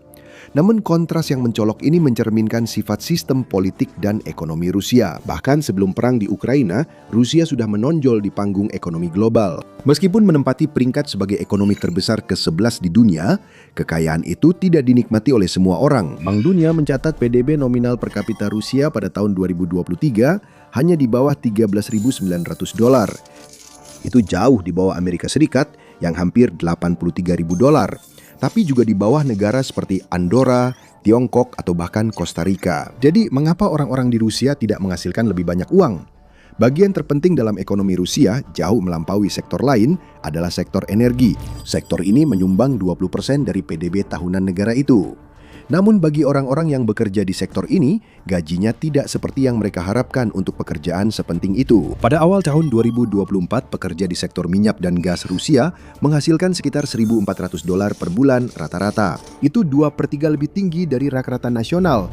Tetapi, rekan-rekan mereka di Amerika di sektor yang sama menghasilkan hampir 5,6 kali lebih banyak rata-rata, hampir $7.700. Dan setelah perang berlangsung lebih dari 3 tahun, bahkan pekerjaan di sektor energi di Rusia mulai kehilangan daya saingnya. Militer Rusia sangat kekurangan personel, sehingga mereka menawarkan bonus penandatanganan sekitar $2.400 dan gaji bulanan sekitar $2.600. Namun itu masih lebih rendah daripada gaji median di Amerika, yang sedikit di bawah $4.800. Ketidakseimbangan ekonomi ini juga tercermin dalam profil industri Rusia secara keseluruhan. Produk energi dengan mudah mendominasi ekspor negara ini dengan sektor pertanian tertinggal di belakangnya. Di luar sektor energi, perusahaan-perusahaan terbesar Rusia adalah Sberbank dan raksasa sumber daya seperti MMC Norilsk Nickel, PJSC, pemasok utama nikel dan palladium. Namun, meskipun memiliki wilayah yang sangat luas dan kekayaan alam yang melimpah, Rusia belum muncul sebagai pemimpin dalam industri global yang maju. Merek-merek Rusia yang diakui secara global sangat sedikit jika memang ada, dan tren tersebut tampaknya tidak akan berubah. Bagi mereka yang mencari karir di perusahaan-perusahaan bergengsi atau berpikiran maju, peluang paling menarik tetap ditemukan di luar perbatasan Rusia. Pada tahun-tahun sebelumnya, jalur itu tetap terbuka bagi banyak orang Rusia sebagai simbol berakhirnya Perang Dingin dan janji era baru peluang global. Setidaknya itulah idenya. Itu seharusnya menjadi titik balik. Amerika Serikat memiliki beberapa perusahaan terkaya dan paling dikenal di dunia. Lihat saja apa yang diekspornya. Ada beragam pilihan, termasuk produk energi dan pertanian, tetapi juga mobil, peralatan medis, elektronik canggih, dan bahkan produk seni seperti barang antik dan lukisan. Itu karena Amerika Serikat memiliki raksasa teknologi seperti Apple dan Microsoft, perusahaan hiburan besar seperti Disney, perusahaan otomotif terkemuka seperti Ford dan GM, dan terlalu banyak merek lain untuk disebutkan satu persatu. Banyak dari mereka masuk ke Rusia setelah tahun 1991 untuk berbisnis. Transisi itu memang sulit bagi Rusia, tapi setidaknya selalu ada harapan di sisi lain karena kehadiran perusahaan-perusahaan tersebut. Tapi sekarang, lebih dari 1.000 bisnis internasional telah membatasi atau menutup operasi mereka di Rusia. Keadaannya semakin memburuk ketika Putin membanggakan aneksasi Crimea, tapi operasi militer khusus benar-benar memutus hubungan bisnis dengan Barat. Masih ada perusahaan asing yang beroperasi di Rusia, dan mereka berasal dari negara yang bisa Anda duga. Tiongkok memiliki ekonomi yang jauh lebih beragam dibandingkan Rusia. Tentu saja, Tiongkok adalah pemimpin manufaktur dunia. Tapi sekarang ada jauh lebih banyak pekerjaan yang tersedia di luar pabrik. Tiongkok memiliki pemimpin di bidang telekomunikasi seperti Huawei dan industri mobil listrik yang berkembang pesat yang dipimpin oleh perusahaan seperti BYD. Bahkan ada TikTok yang dimiliki oleh ByteDance dari Tiongkok. Ada bukti bahwa perusahaan-perusahaan ini memang merekrut beberapa karyawan di Rusia. tapi itu adalah pedang bermata dua. Karena banyak talenta yang tersedia setelah keluarnya perusahaan-perusahaan barat, mereka memanfaatkannya, yang kemungkinan berarti upah yang lebih rendah daripada sebelumnya. Tidak mengherankan orang-orang memilih untuk pergi dan meninggalkan negara itu. Operasi militer khusus menyebabkan brain drain karena ratusan ribu warga negara yang paling terdidik melarikan diri ke luar negeri untuk menghindari wajib militer.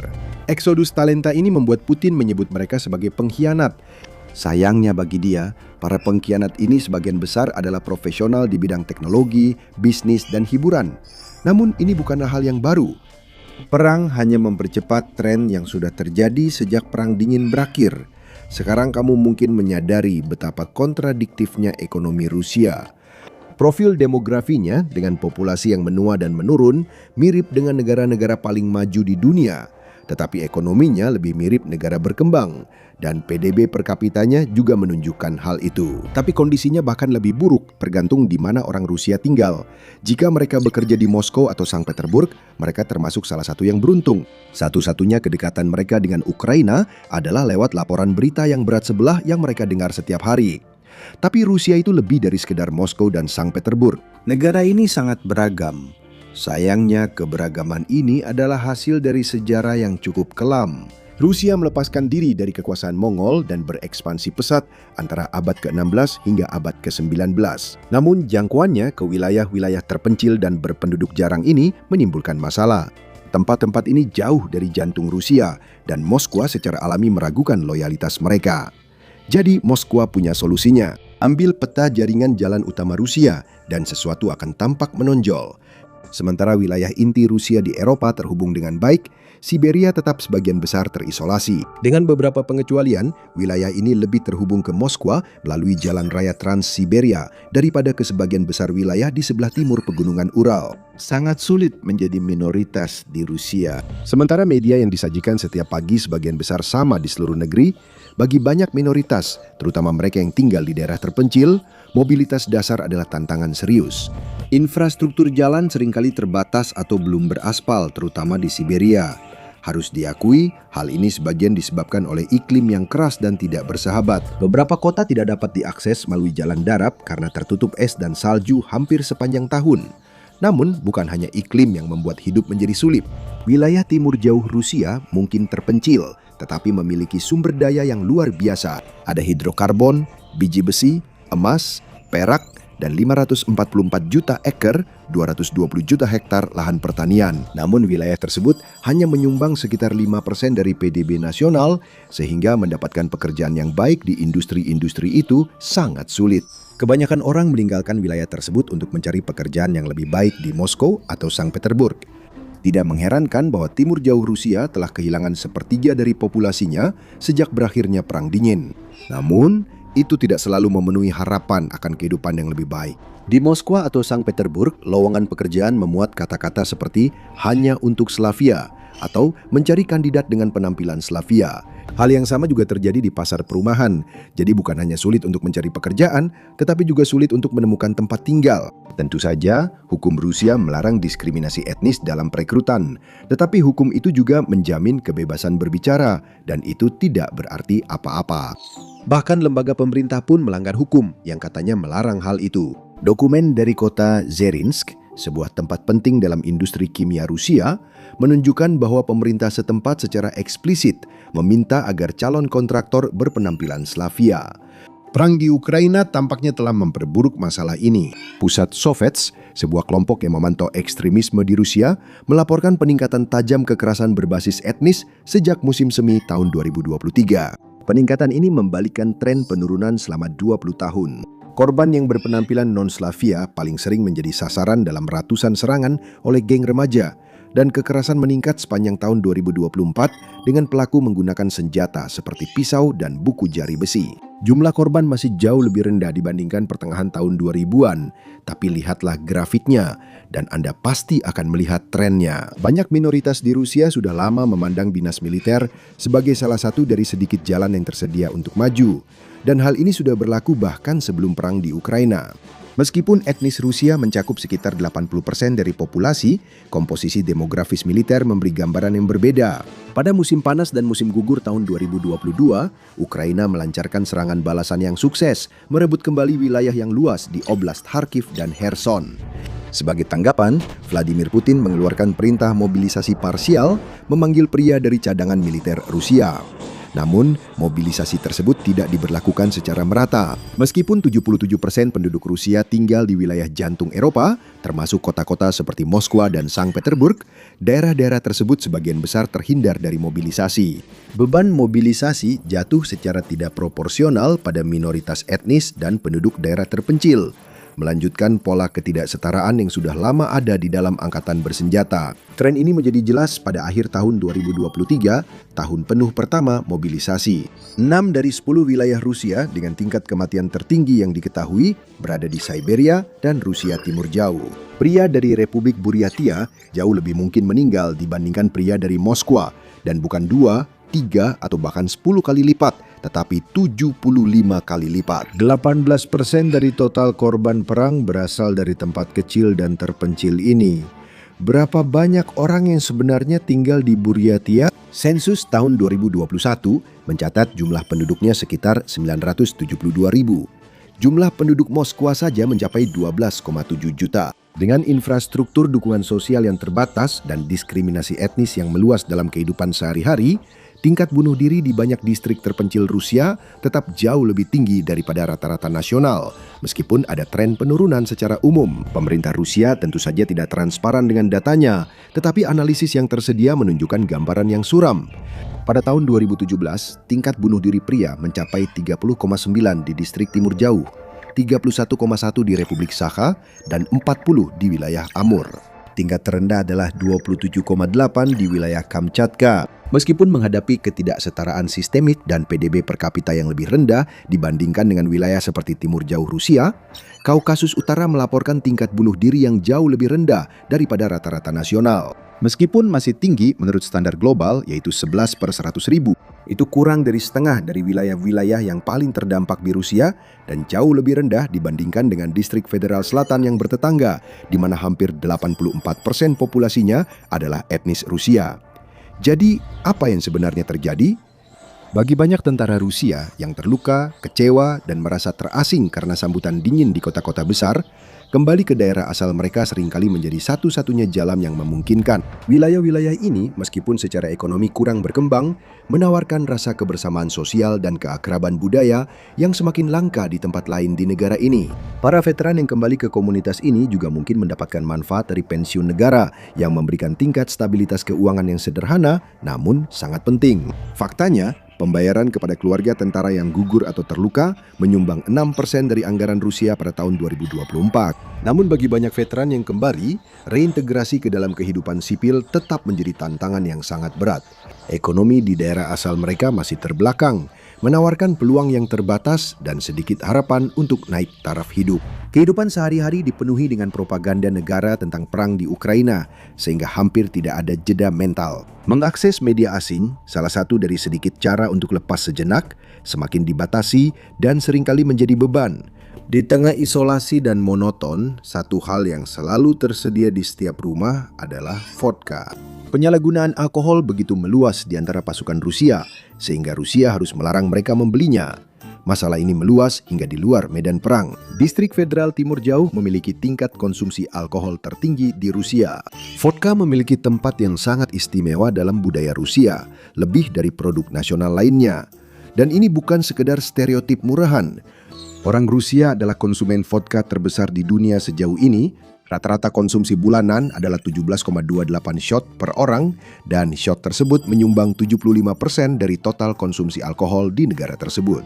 Polandia berada di posisi kedua yang cukup jauh dengan 13,71. Kamu sudah sering melihat ini dalam pengalamanmu sendiri, tapi sekarang kamu mulai mengetahui sejauh mana masalah ini sebenarnya. Rusia memiliki tingkat alkoholisme tertinggi di dunia. 16,3% pria di negara ini dan 2,6% wanita di negara ini adalah pecandu alkohol. Dan hal ini telah menyebabkan tingginya angka kematian secara umum. Jika kita menelusuri lebih jauh ke masa lalu, angka-angka ini hampir sepenuhnya berkorelasi dengan tingkat konsumsi alkohol. Ketika penggunaan alkohol menurun pada pertengahan 1980-an setelah Gorbachev mengurangi produksi vodka, angka kematian juga turun. Angka tersebut melonjak lagi setelah runtuhnya Uni Soviet dan tetap tinggi hingga pertengahan 2000-an ketika pemerintahan Putin memberlakukan peraturan yang lebih ketat. Langkah-langkah ini berhasil hingga pandemi COVID-19 dan invasi ke Ukraina menyebabkan penggunaan alkohol meningkat lagi. Penyalahgunaan alkohol yang merajalela adalah penyumbang terbesar terhadap tingginya angka bunuh diri di Rusia. 74% kasus bunuh diri pria dan 83% kasus bunuh diri wanita memiliki kadar alkohol dalam darah yang tinggi, seringkali berada di kisaran 2 hingga 3%. Minum-minum secara berlebihan selalu menjadi kebiasaan budaya di Rusia. Namun ada aspek lain dalam kehidupan di sana yang memperparah keadaan. Banyak dari kasus bunuh diri ini sebenarnya bisa dicegah. 70% orang yang melakukan bunuh diri di Rusia menderita gangguan mental yang dapat diidentifikasi sebelum mereka melakukannya. Jadi, mengapa begitu banyak dari mereka tetap melakukannya? Mereka kebetulan lahir di negara yang salah dan tidak mendapatkan pengobatan apapun.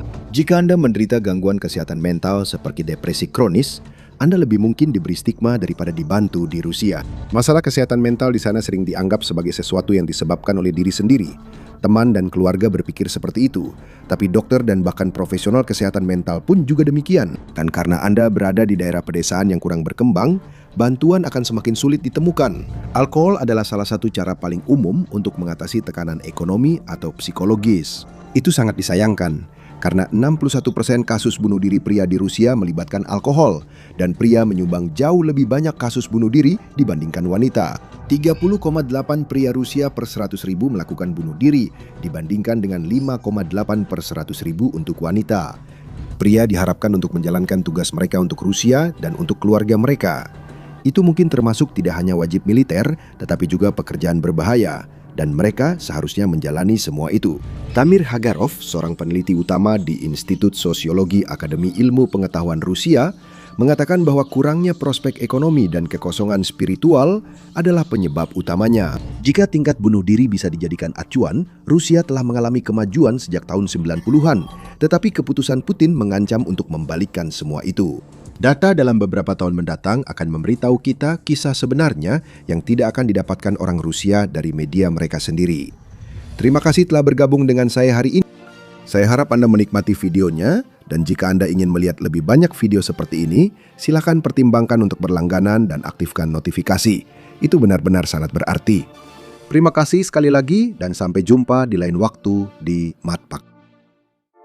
Amerika sedang dalam krisis. Dari jalanan yang runtuh dan jembatan yang rapuh hingga kota-kota yang tenggelam dalam banjir, keadaannya tidak hanya buruk. Sebenarnya semuanya semakin memburuk.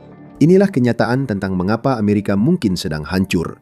Pertama-tama, Amerika Serikat itu sangat besar, sangat luas. Dari New York ke Los Angeles saja jaraknya hampir 2.800 mil atau sekitar 4.500 kilometer. Dan itu belum termasuk kalau kita bicara soal pergi ke Hawaii atau Alaska. Dan ukuran ini secara tak terduga berkontribusi pada fenomena bisnis yang aneh, yaitu dominasi korporasi atas usaha kecil di Amerika Serikat. Meskipun korporasi memperkuat cengkeramannya di pasar di mana-mana, hal ini lebih terasa di Amerika Serikat. Usaha kecil menghadapi tantangan besar, mulai dari harus menghadapi 50 sistem hukum dan pajak negara bagian yang berbeda, hingga berurusan dengan zona waktu dan jarak geografis yang sangat luas. Melakukan ekspansi secara nasional berarti membutuhkan dukungan hukum dan akuntansi yang mahal, ditambah lagi dengan biaya logistik yang lebih tinggi, tantangan yang bisa dengan mudah diatasi oleh korporasi besar. Menurut firma konsultan McKinsey, ketidakseimbangan ini jauh lebih kecil di negara-negara dengan wilayah geografis yang lebih kecil, di mana memperbesar skala bisnis jauh lebih sederhana. Ukuran negara juga menciptakan masalah ketika mencoba membangun jaringan transportasi umum, terutama jalur kereta lintas seluruh negeri yang efisien, yang seperti yang Anda perhatikan, Amerika Serikat belum benar-benar kembangkan, setidaknya untuk penumpang. Hal ini juga tidak terbantu oleh fakta bahwa sebagian besar pusat populasi utama berada di pesisir, dengan hampir 3.000 mil atau 4.800 km daratan di antara mereka, kira-kira setara dengan jarak antara London dan Beirut, Lebanon. Hal itu membuat orang jauh lebih memilih bepergian dengan pesawat, dan transportasi darat umum mengalami kekurangan investasi yang parah. Mungkin itulah sebabnya sebagian besar kereta Amtrak di Amerika Serikat melaju antara 110 hingga 145 mil per jam di koridor timur laut. Kecepatan itu turun menjadi 40 hingga 50 mil per jam pada rute jarak jauh. Di sisi lain, Trainline menunjukkan bahwa banyak kereta di Eropa sering mencapai kecepatan hingga 200 mil per jam atau 320 km per jam. Jadi jika Anda lebih memilih untuk terbang, kami mengerti. Tapi bersiaplah, karena jika Anda pikir kereta itu buruk, tunggu sampai Anda mendengar tentang bandara. Dewan Bandara Internasional memperkirakan ada kekurangan dana sebesar 42 miliar dolar untuk infrastruktur bandara. Penelitian penerbangan dari Skytrax memeringkat bandara-bandara di seluruh dunia dan hanya 6 bandara di Amerika Serikat yang masuk dalam 50 besar, dengan Houston Hobby menempati peringkat tertinggi di urutan ke-27 saja.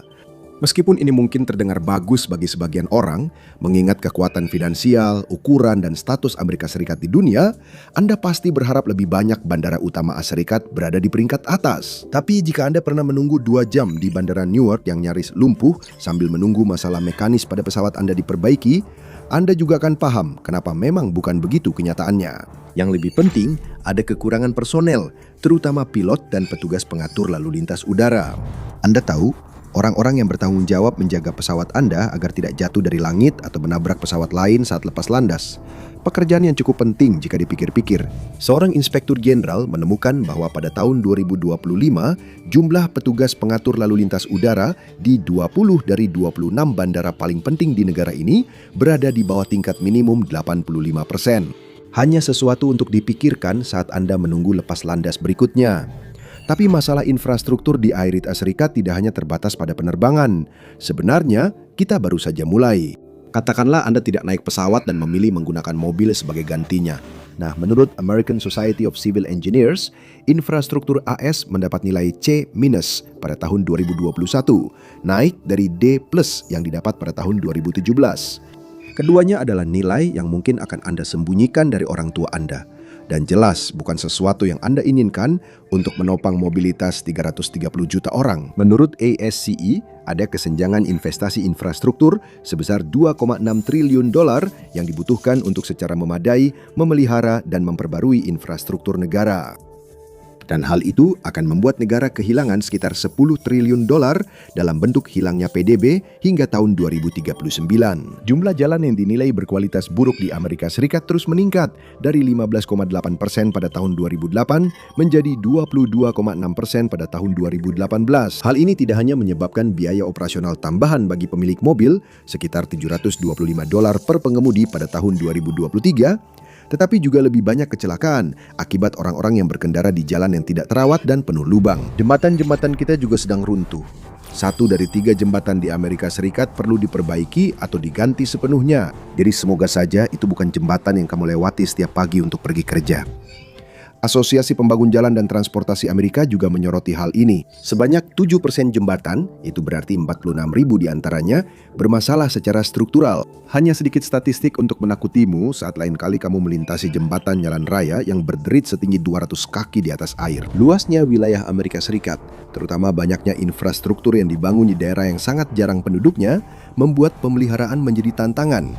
Hal ini terutama berlaku di distrik-distrik dengan sedikit penduduk dan basis pajak yang lebih rendah lagi, yang tidak akan diprioritaskan. Tapi kita akan membahas masalah itu nanti, karena kita masih punya beberapa infrastruktur yang rusak untuk dibahas. Jika Anda ingin menggunakan transportasi umum sebagai gantinya, lagi pula itu lebih murah dan ramah lingkungan, Anda mungkin kurang beruntung. Dari semua penilaian yang didapat, infrastruktur Amerika Serikat, transportasi umum mendapat nilai terburuk, yaitu D. Infrastruktur transportasi umum yang sudah ada, seperti sistem kereta bawah tanah yang sudah berkembang di kota New York, sangat membutuhkan perbaikan segera. FDA memperkirakan bahwa setidaknya 105 miliar dolar dibutuhkan untuk mengatasi tumpukan perbaikan transportasi umum di seluruh negeri. Mungkin karena banyak dari sistem yang paling kompleks yang saat ini beroperasi di kota-kota Amerika Serikat juga termasuk yang tertua.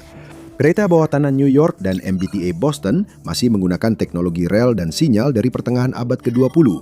Mereka bahkan bisa saja masih menggunakan tenaga batu bara. Secara keseluruhan, hanya 19% sistem transportasi umum di Amerika Serikat yang dinilai dalam kondisi baik. Namun mungkin yang lebih bermasalah daripada transportasi umum Amerika Serikat yang membutuhkan peningkatan dan perbaikan besar-besaran adalah kenyataan bahwa 45% orang Amerika sama sekali tidak memiliki akses ke transportasi umum. Dan yang kami maksud bukanlah transportasi umum yang baik, tapi transportasi umum apa saja, termasuk bus yang membutuhkan waktu 5 jam untuk menyeberangi kota Anda, yang berarti lebih banyak lagi orang Amerika tidak memiliki akses ke transportasi umum yang efisien. Mungkin itulah sebabnya pada tahun 2019, Biro Sensus memperkirakan hanya 5% pekerja AIESEC yang bepergian menggunakan transportasi umum. Ini menciptakan masalah nyata karena Amerika Serikat sangat bergantung pada mobil. Sedikit lebih dari 90% orang Amerika pada tahun 2021 memiliki setidaknya satu mobil. Meskipun ini mungkin tidak terdengar seperti masalah besar, sebenarnya hal ini menciptakan beban ekonomi tambahan yang sangat besar dan menjadi penghalang bagi banyak orang berpenghasilan rendah di negara tersebut. Sebagai perbandingan, di Uni Eropa yang lebih ramah transportasi umum, orang-orang menghabiskan sekitar 11% dari pendapatan setelah pajak mereka untuk transportasi, dan bahkan lebih sedikit dalam jumlah dolar absolut. Di Amerika Serikat, angka itu melonjak menjadi 16%, yang menyoroti betapa jauh lebih besar biaya yang harus dikeluarkan orang Amerika untuk bepergian. Namun, tingginya biaya ketergantungan pada mobil bukan hanya soal finansial, tapi juga sosial. Ketika komunitas tinggal sangat jauh dari orang-orang yang berbeda dengan mereka dan memiliki sangat sedikit interaksi, polarisasi politik meningkat secara drastis. Kamu mungkin berpikir, bukankah seluruh dunia menjadi terpolarisasi karena internet? Ya, dan tidak. Internet mungkin tidak sebesar yang kamu kira andilnya dalam hal ini.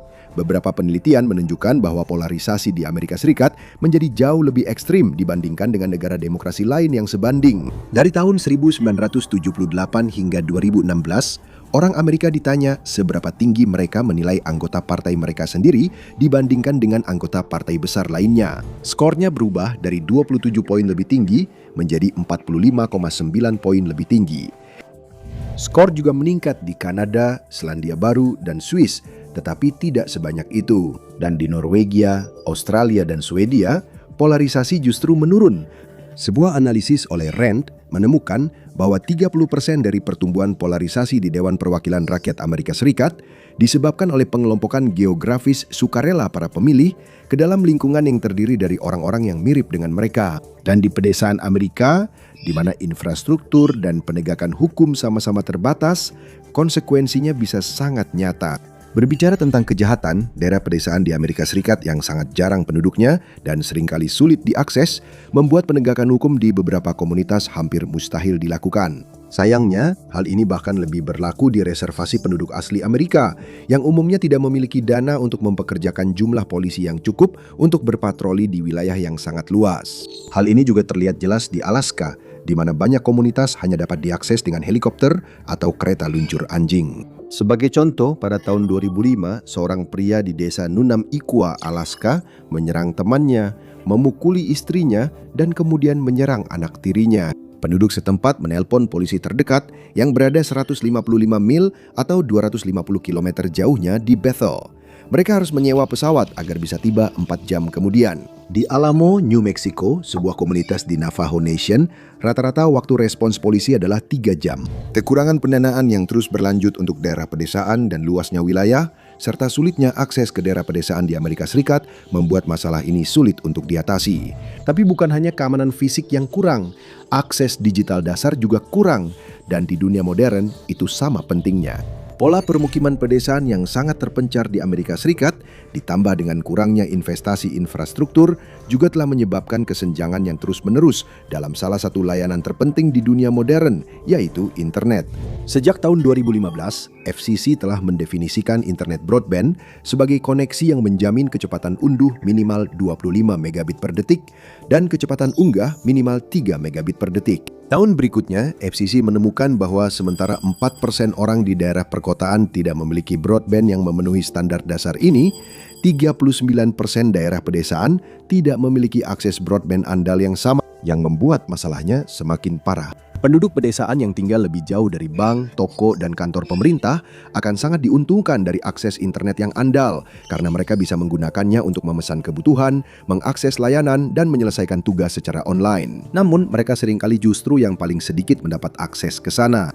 Pada tahun 2021, FCC menemukan bahwa 14 juta warga Amerika, sebagian besar di daerah pedesaan, tidak memiliki akses ke jaringan broadband apapun.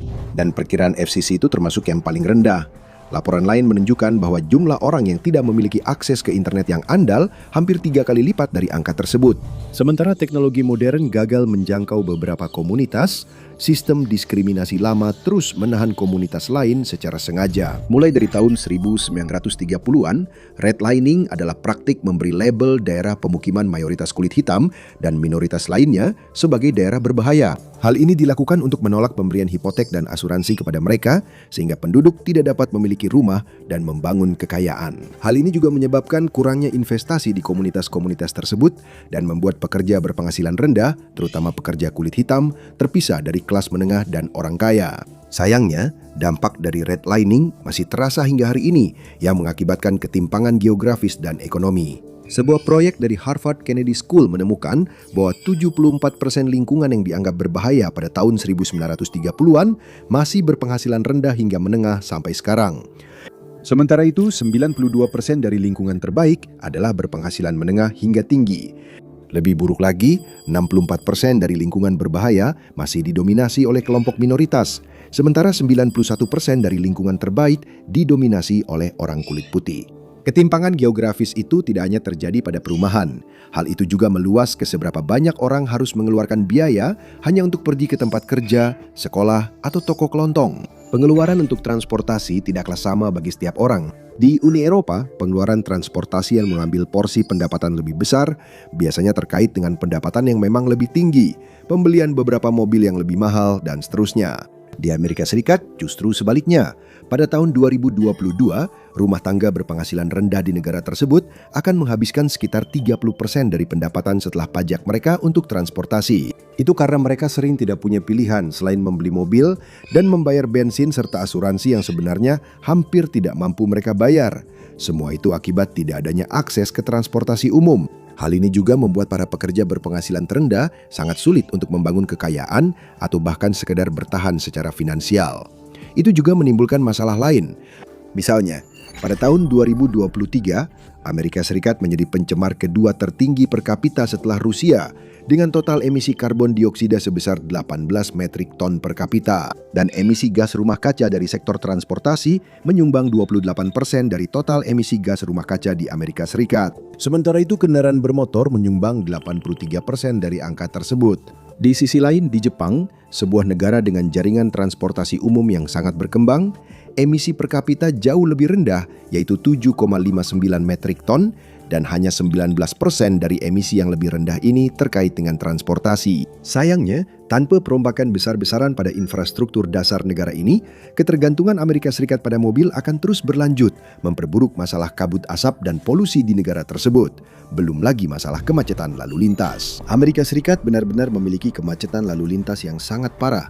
Sebuah studi tahun 2018 oleh perusahaan analisis transportasi INRIX menemukan bahwa kemacetan di jalan raya merugikan ekonomi Amerika Serikat sebesar 87 miliar dolar pada tahun itu. Dan itu belum termasuk dampaknya pada kesehatan mental Anda ketika orang di depan Anda sedang bermain ponsel dan membuat Anda melewatkan lampu hijau.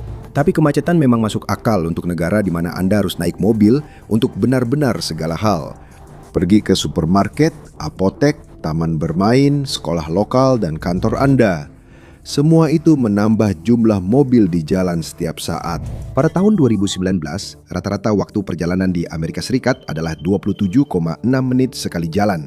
Dan pada tahun 2022, menurut survei mengemudi Amerika AAA, para pengemudi melakukan rata-rata 2,44 perjalanan dengan mobil per hari, menghabiskan waktu 60,2 menit di belakang kemudi setiap harinya. Dari jam-jam yang dihabiskan di belakang kemudi tersebut, 43 jam diantaranya disebabkan oleh kemacetan lalu lintas menurut perusahaan analitik transportasi INRIX. Itu setara dengan 1 minggu kerja penuh atau 1 akhir pekan penuh yang hilang dari hidup Anda setiap tahunnya.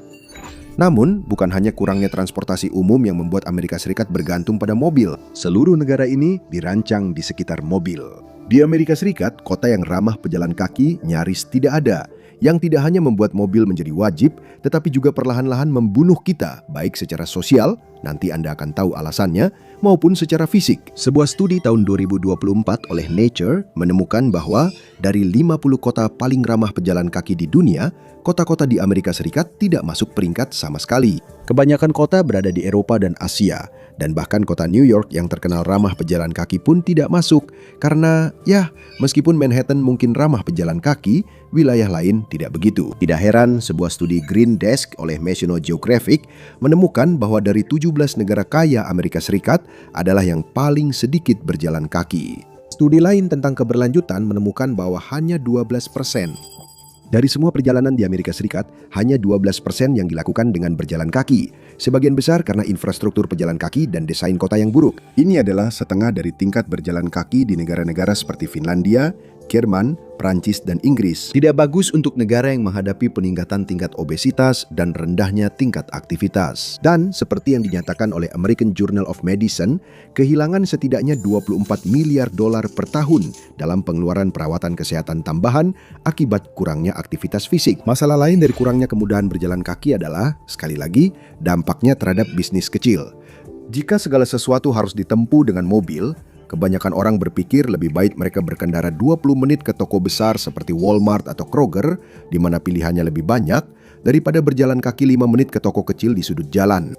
Hal ini sangat sering terjadi di daerah pedesaan, di mana jaringan toko besar telah benar-benar menyingkirkan bisnis lokal di banyak komunitas. Universitas Wisconsin-Madison menemukan bahwa toko atau restoran kecil biasanya tidak bisa bersaing dengan jaringan besar dalam hal iklan, tetapi mereka biasanya lebih mampu bersaing jika berlokasi di jalan yang sudah ramai. Selain itu, pejalan kaki dan pesepeda menghabiskan lebih banyak uang dibandingkan pengemudi selama 1 bulan. Dan lingkungan yang ramah pejalan kaki cenderung memiliki sekolah yang pendanaannya lebih baik, jenis sekolah yang biasanya hanya bisa diakses oleh keluarga yang lebih kaya. Karena tidak seperti di banyak negara kaya lainnya, tempat Anda lahir di Amerika Serikat seringkali berperan jauh lebih besar dalam kualitas pendidikan yang Anda terima, layanan kesehatan yang tersedia untuk Anda, dan bahkan peluang ekonomi yang bisa Anda akses. Pendanaan sekolah sangat dipengaruhi oleh geografi di Amerika Serikat, karena dana untuk pendidikan publik seringkali berasal dari pajak properti. Itu berarti bahwa daerah yang lebih kaya mampu berinvestasi jauh lebih banyak pada sekolah dan anak-anak mereka dibandingkan dengan daerah miskin. Hal ini menciptakan salah satu ketimpangan terburuk dalam hal pendanaan sekolah dan hasil pendidikan di negara-negara maju. Mungkin itulah sebabnya, seperti yang ditemukan oleh New York Times, siswa di distrik sekolah terkaya seringkali 4 tingkat kelas lebih maju dibandingkan dengan mereka yang berada di distrik termiskin. Itu adalah kesenjangan yang sangat sulit untuk diatasi di kemudian hari. Amerika Serikat tampaknya nyaman dengan kenyataan bahwa setiap orang harus memiliki mobil, terutama karena hal itu memungkinkan investasi mereka dalam infrastruktur transportasi tetap pada persentase yang mengecewakan seperti sekarang. Bahkan dengan semua perbaikan yang tampaknya benar-benar dibutuhkan di Amerika Serikat, ASS tetap menginvestasikan lebih sedikit pada infrastruktur transportasi dibandingkan sebagian besar negara kaya lainnya sebagai persentase dari PDB. Prancis, Jerman, Britania Raya, dan Jepang semuanya jauh di depan, dengan Tiongkok berada di posisi teratas. Dibandingkan dengan rata-rata investasi tahunan Amerika Serikat sebesar 0,5%, Britania Raya menginvestasikan 0,9%. Jepang menginvestasikan 1,1% dan Tiongkok menginvestasikan sebesar 4,8% dari PDB-nya untuk infrastruktur transportasi. Kita hanya bisa berasumsi bahwa pada tahun 2030, setengah dari populasi Tiongkok akan melaju dengan SkyTrain listrik dengan jumlah investasi sebesar itu. Namun jalanan yang rusak bukan satu-satunya masalah. Jaringan energi Amerika yang sudah ketinggalan zaman berada di ambang kegagalan, dan itu memengaruhi semua orang. Jaringan energi di AS sangat terbebani, dan kualitasnya sangat bervariasi tergantung pada negara bagian karena struktur politik ASEK. Hal ini mungkin menjelaskan mengapa jaringan listrik Amerika Serikat mengalami lebih banyak pemadaman dibandingkan negara maju lainnya. Menurut Departemen Energi, 70% jalur transmisi berusia lebih dari 25 tahun.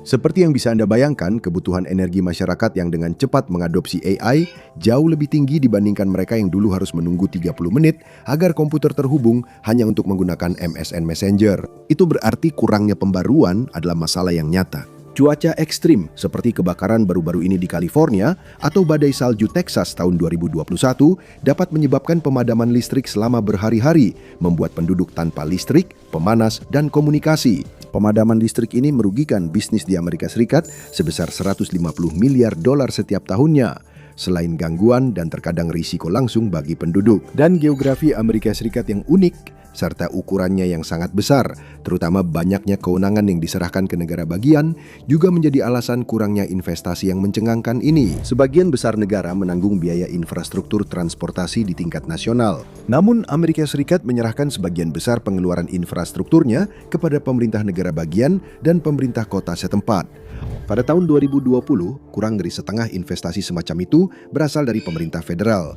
Sayangnya, banyak pemerintah daerah yang lebih kecil tidak memiliki kemampuan untuk berinvestasi dalam jaringan transportasi yang luas, yang sebagian besar memerlukan kerjasama antar kota dan antar negara bagian. Belum lagi, daerah pedesaan dan perkotaan termiskin yang akan paling diuntungkan dari transportasi umum yang terjangkau tidak dapat memberikan banyak kontribusi pajak kepada pemerintah daerah mereka. Artinya, pemerintah mereka adalah yang paling kecil kemungkinannya memiliki dana untuk berinvestasi pada infrastruktur seperti itu. Ini menciptakan siklus setan tanpa akhir, di mana daerah miskin tetap miskin karena tidak memiliki cukup uang untuk mengatasi hambatan yang diperlukan agar tidak miskin.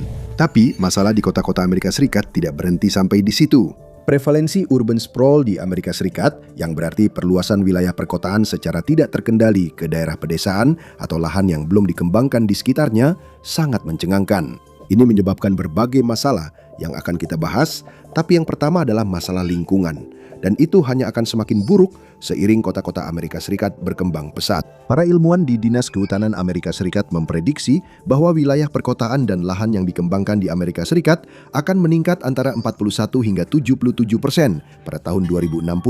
Hal ini akan menyebabkan hilangnya 16 hingga 34 juta hektar hutan di 48 negara bagian daratan utama yang saling berbatasan. Itu adalah kabar buruk bagi siapapun di Amerika Serikat yang berharap tetap bisa menghirup udara segar sekaligus memiliki penyerap karbon besar untuk membantu menstabilkan iklim. Penyebaran kota juga meningkatkan biaya infrastruktur dan pada akhirnya menaikkan pajak. Jauh lebih murah dan efisien untuk menyediakan air dan energi ke lingkungan yang padat dan mudah dijangkau dengan berjalan kaki, daripada harus memperluas layanan yang sama ke pinggiran kota yang tersebar, di mana rumah-rumah berjauhan dan membutuhkan mil-mil tambahan pipa serta kabel. Infrastruktur tambahan itu memerlukan biaya 10 hingga 40% lebih tinggi untuk dibangun, dipelihara, dan dioperasikan menurut New Climate Economy. Secara total, penyebaran kota menelan biaya tambahan $1 triliun per tahun di Amerika Serikat. Dengan mereka yang tinggal di komunitas yang tersebar, rata-rata menanggung biaya tambahan sebesar $625 miliar. Sementara itu, semua penduduk dan bisnis di seluruh negeri akhirnya menanggung tambahan $400 miliar untuk mensubsidi komunitas yang tersebar tersebut. Seperti yang bisa Anda bayangkan, biaya tambahan dari penyebaran kota ini benar-benar membebani pemerintah daerah setempat. Laporan lain dari Pusat Keanekaragaman Hayati bahkan menempatkan biaya penyebaran kota lebih tinggi lagi dan menemukan bahwa pengembangan kota yang menyebar di Ayred Serikat meningkatkan biaya infrastruktur per kapita sebesar 50%, menarik dana publik dari lingkungan yang sudah ada, merugikan komunitas dan satwa liar, serta membahayakan masa depan kita bersama. Benar sekali. Sebagian dari biaya tambahan itu diimbangi dengan berkurangnya dana yang masuk ke sekolah-sekolah di komunitas Anda, ruang publik, dan fasilitas lainnya. Jadi, bagaimana sisa dari biaya yang lebih tinggi itu ditutupi? Nah, coba lihat tagihan pajak properti Anda berikutnya. Kami bercanda, tidak ada yang benar-benar mampu membeli rumah lagi dan membayar pajak properti. Penyebaran kota juga berdampak pada kesehatan mental. Meskipun kecemasan dan depresi meningkat di seluruh dunia, Amerika Serikat tampaknya lebih terdampak dibandingkan kebanyakan negara lain, terutama mereka yang tinggal di pinggiran kota. Penelitian awal menemukan bahwa orang yang tinggal di daerah perkotaan di Amerika Serikat dan Eropa Barat memiliki risiko depresi meningkat sebesar 39%. Namun, ketika para peneliti melihat lebih dekat di mana depresi paling terkonsentrasi, mereka menemukan sesuatu yang mengejutkan. Tingkat depresi di daerah perkotaan yang padat hampir sama dengan di daerah pedesaan, cukup rata-rata jika dipikir-pikir. Jadi, di mana peningkatan itu terjadi? Hampir semuanya terjadi di area yang dalam penelitian disebut sebagai daerah dengan kepadatan sedang dan bangunan rendah, atau yang mungkin lebih Anda kenal sebagai pinggiran kota. Itu mematahkan gambaran ideal tentang pinggiran kota seperti yang sering ditampilkan di acara TV dan film. Berbicara tentang masalah pinggiran kota, mentalitas NIMBY atau tidak di halaman belakang saya ada di lingkungan yang makmur di seluruh dunia. Namun, kekasan sistem politik dan hukum Amerika Serikat memungkinkan mentalitas ini untuk menghalangi pembangunan dan pembangunan rumah baru. Hal ini pada akhirnya berkontribusi pada perluasan kota dan mendorong penduduk berpenghasilan rendah keluar dari kota-kota besar dan lahan yang diinginkan. Kekasan ini termasuk fakta bahwa banyak peraturan zonasi lokal ditulis di tingkat lingkungan dan asosiasi pemilik rumah memiliki kekuatan yang mengejutkan untuk mengatur lingkungan mereka. Banyak peraturan zonasi lokal melarang pembangunan rumah 2 unit, 3 unit, 4 unit, dan bahkan rumah tapak di lahan kecil demi mencapai tampilan seragam rumah besar dengan halaman luas. Namun pada tahun 2021, Amerika Serikat mengalami kekurangan 7,3 juta rumah dan unit sewa yang terjangkau. Jadi apapun alasan maraknya sikap NIMBY, hal itu menyebabkan banyak masalah nyata. Pada Januari 2024, sebanyak 771.000 orang di Amerika Serikat mengalami tunawisma. Itu merupakan peningkatan sebesar 18% dari tahun sebelumnya, yang juga mengalami peningkatan tunawisma sebesar 12% dari tahun sebelumnya lagi. Ditambah dengan faktor-faktor lain, kekurangan besar perumahan terjangkau telah menciptakan krisis tunawisma di Amerika Serikat dengan jumlah yang meningkat secara eksponensial dan kemungkinan besar masih banyak yang belum terhitung. Kebanyakan orang yang tidak memiliki tempat tinggal, tetapi tinggal bersama keluarga dan teman, tidak mencari tempat penampungan umum untuk tidur atau melaporkan diri mereka sebagai tunawisma. Kebanyakan orang Amerika masih memimpikan rumah tapak dengan halaman sebagai bentuk hunian ideal, sebagai penanda bahwa mereka telah berhasil dan meraih impian Amerika. 60% orang Amerika tinggal di rumah tapak dibandingkan dengan 35% penduduk Uni Eropa. Dan sebanyak 76% orang Amerika lebih memilih rumah tapak. Hal ini membatasi pasokan perumahan, bahkan pada tingkat budaya, karena membuat banyak orang Amerika secara mendasar menentang pembangunan hunian multi-unit dan perumahan inovatif yang berkontribusi pada kekurangan perumahan. Tidak membantu juga bahwa beberapa layanan yang harus disediakan pemerintah kota untuk komunitas yang menyebar seperti air sudah bergantung pada infrastruktur yang cepat rusak. Pipa dan sistem filtrasi air sangat membutuhkan perawatan, sehingga menurut EPA, 6 miliar galon air yang sudah diolah hilang setiap hari. Itu hampir 10 kali lipat volume air yang bisa muat di piramida Giza. Namun Amerika Serikat membutuhkan antara 45 hingga 60 miliar dolar untuk mengganti dan merawat lebih dari 200 juta mil pipa tersebut. Dari pipa air bawah tanah, artinya Anda mungkin mendapatkan air dari pipa yang dipasang pada zaman jazz, dan memperbaruinya sepertinya tidak akan terjadi dalam waktu dekat.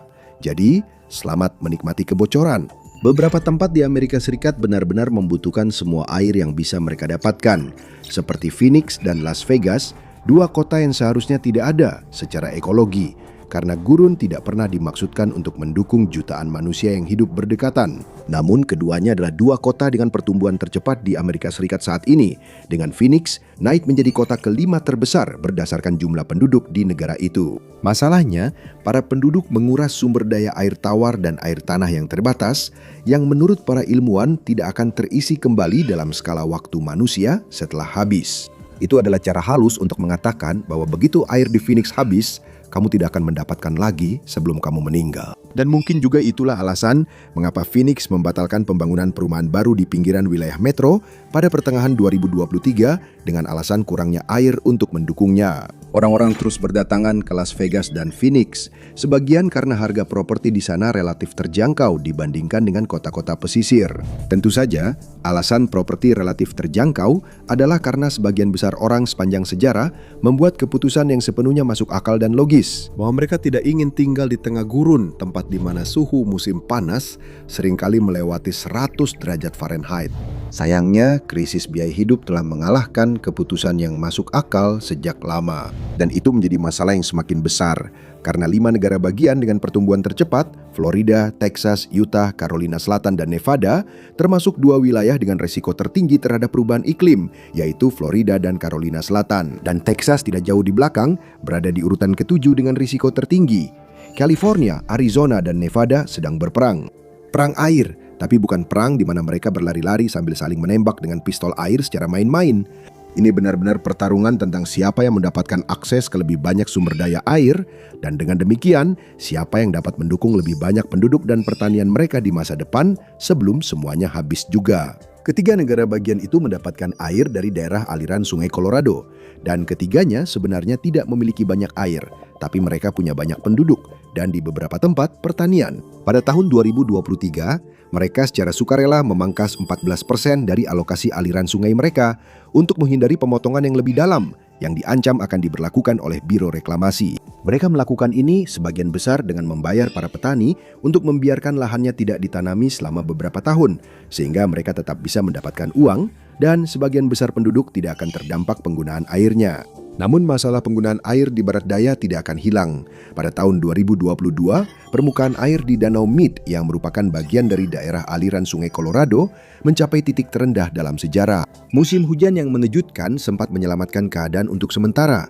Tetapi sekarang permukaan air kembali menurun dengan cepat akibat kekeringan yang lebih sering dan peningkatan penggunaan air.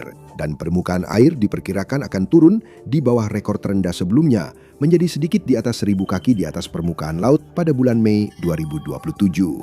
Tapi itu bukan satu-satunya badan air di negara ini yang cepat menyusut. Kekeringan telah melanda sebagian besar wilayah Amerika Serikat dan sumber daya air tidak terisi kembali. Pada tahun 2022, Sungai Colorado hanya mengalir sebesar 50% dari rata-rata historisnya, menjadikannya sungai yang paling terancam di Amerika Serikat. Dan Sungai Rio Grande juga dengan cepat mengering.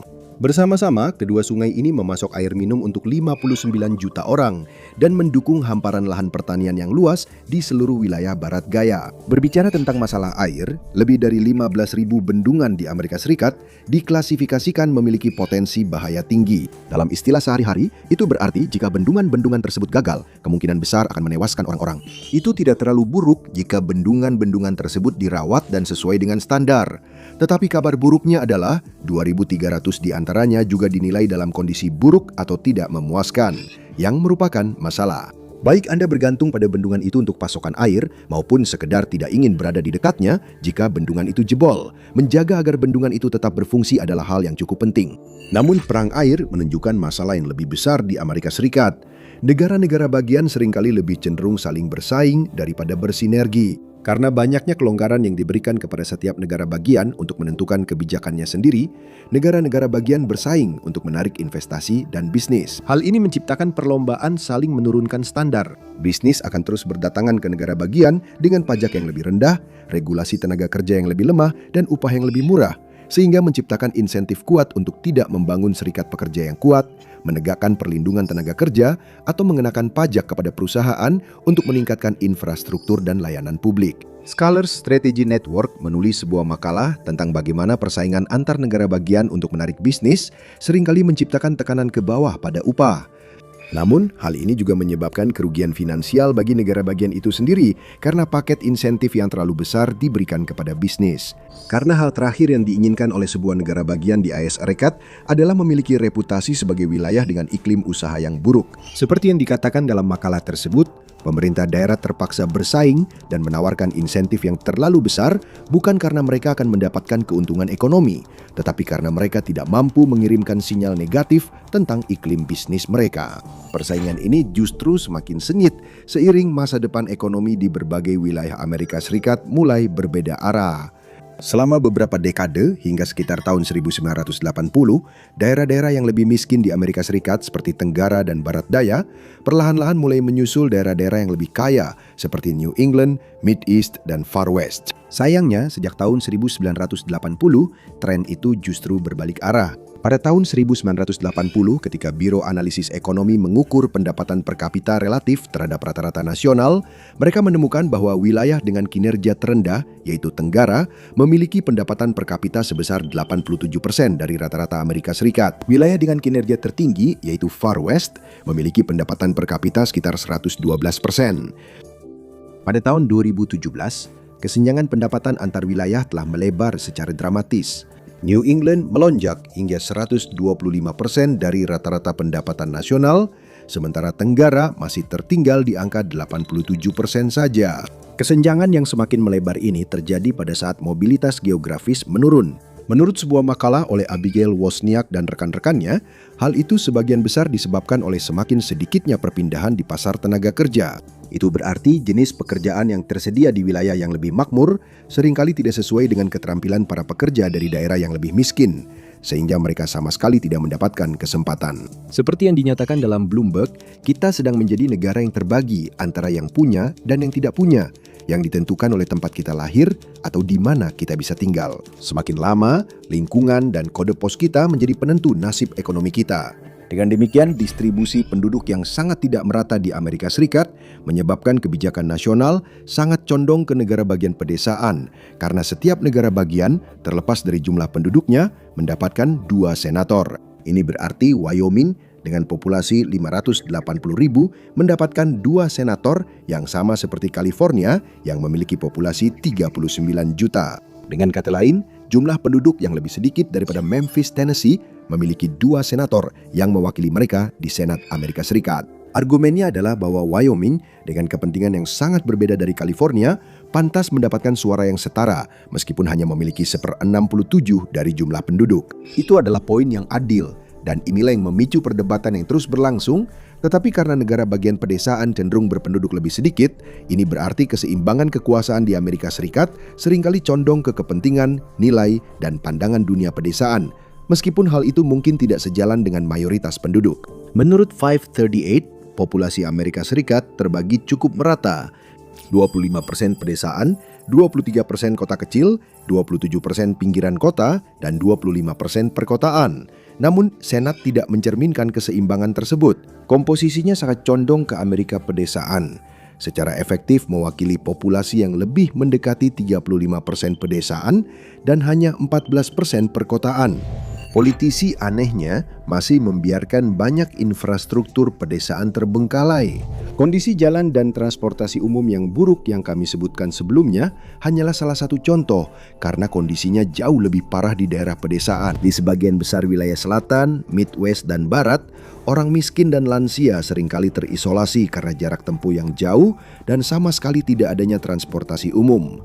Sebagai contoh, supermarket terdekat bagi rata-rata penduduk AS Serikat berjarak 0,9 mil atau 1,5 kilometer. Bagi rata-rata penduduk perkotaan, jaraknya 0,7 mil.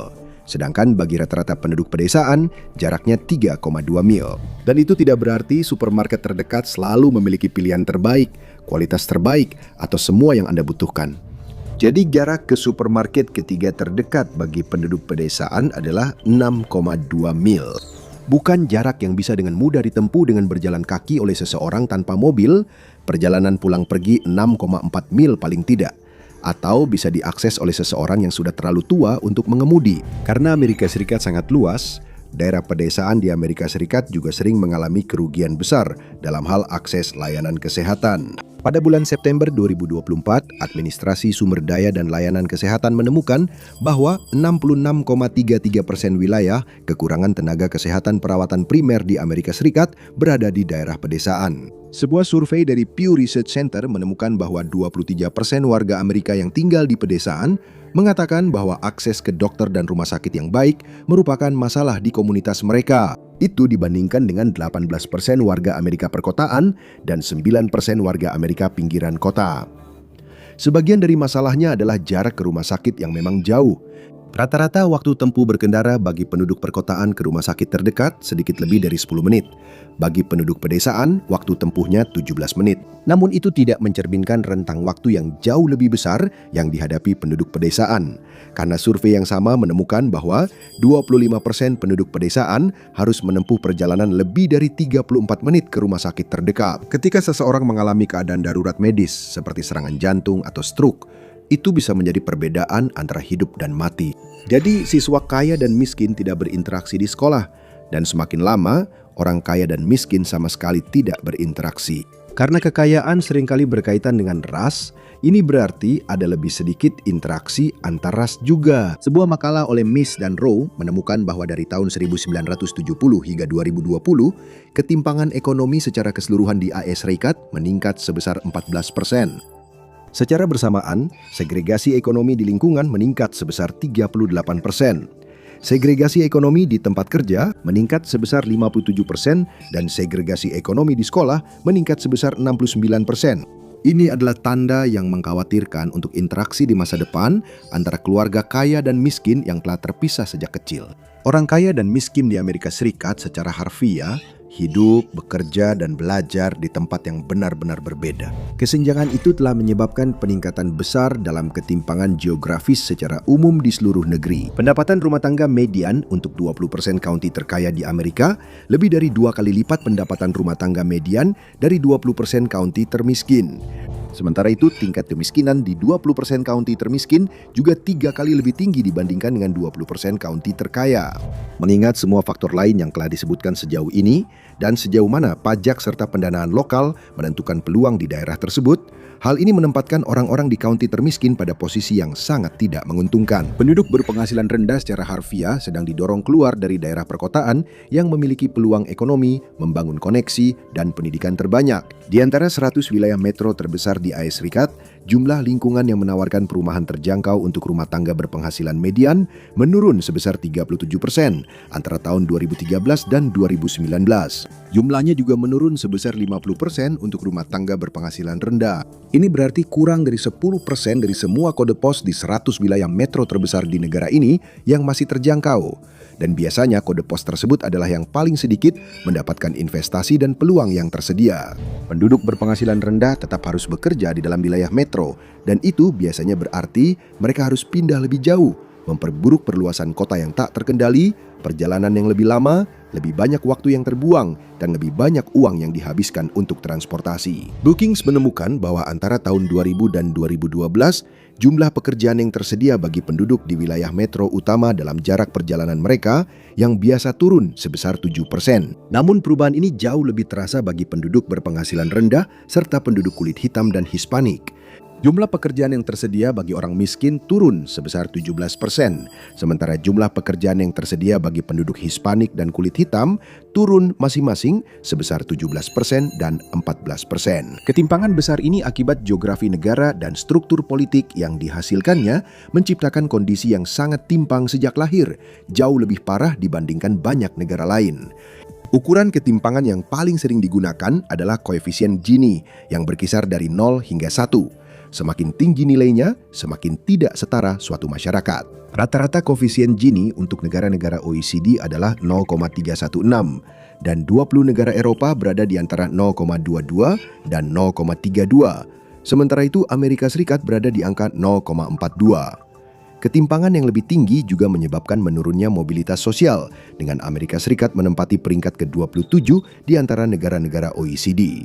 Hal ini menciptakan perpecahan sosial ekonomi yang lebih jauh dan kurangnya interaksi antara kelompok-kelompok yang sangat terpisah secara geografis maupun finansial di Amerika Serikat.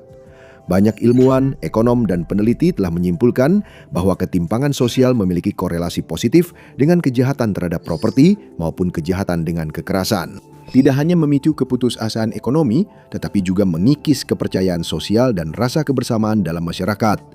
Majalah The Economist menganalisis hasil survei Gallup terhadap 148.000 orang di 142 negara tentang kejahatan dan keamanan di berbagai negara. Mereka menemukan korelasi positif yang kuat antara persepsi dan kejadian kejahatan yang lebih tinggi dengan tingkat ketimpangan pendapatan di suatu negara yang diukur dengan koefisien Gini. Mungkin itulah sebabnya di antara 15 negara berpenghasilan tinggi, Amerika Serikat menempati peringkat tertinggi untuk tingkat pembunuhan dan jumlah pembunuhan terbanyak. Karena ukuran Amerika Serikat yang sangat besar, respons terhadap bencana juga seringkali menjadi bencana. FEMA, Asosiasi Manajemen Darurat Federal, tidak dapat menempatkan kendaraan darurat, peralatan, persediaan, dan tim respons di seluruh 48 negara bagian serta Alaska, Hawaii, dan Puerto Rico. Jadi ketika bencana terjadi, seringkali ada keterlambatan dalam respons, terutama jika peralatan dan tim harus menempuh jarak yang jauh. Hal ini sangat terlihat ketika badai Maria melanda Puerto Rico. Jarak yang jauh, belum lagi pelabuhan dan jalan yang rusak, membuat upaya respons yang efektif menjadi sulit.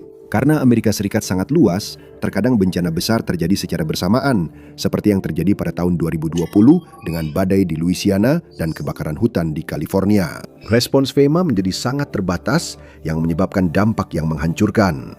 Amerika Serikat kini menghadapi krisis asuransi rumah akibat hal tersebut. Perusahaan asuransi kini menetapkan premi yang sangat tinggi di daerah berisiko tinggi, atau bahkan menarik diri sepenuhnya dari daerah tersebut, sehingga pemilik rumah menjadi terlantar. Meskipun beberapa wilayah di seluruh dunia terdampak perubahan iklim, perusahaan asuransi di Amerika Serikat memiliki keleluasaan regulasi yang lebih besar untuk menaikkan premi dibandingkan di sebagian besar tempat lain.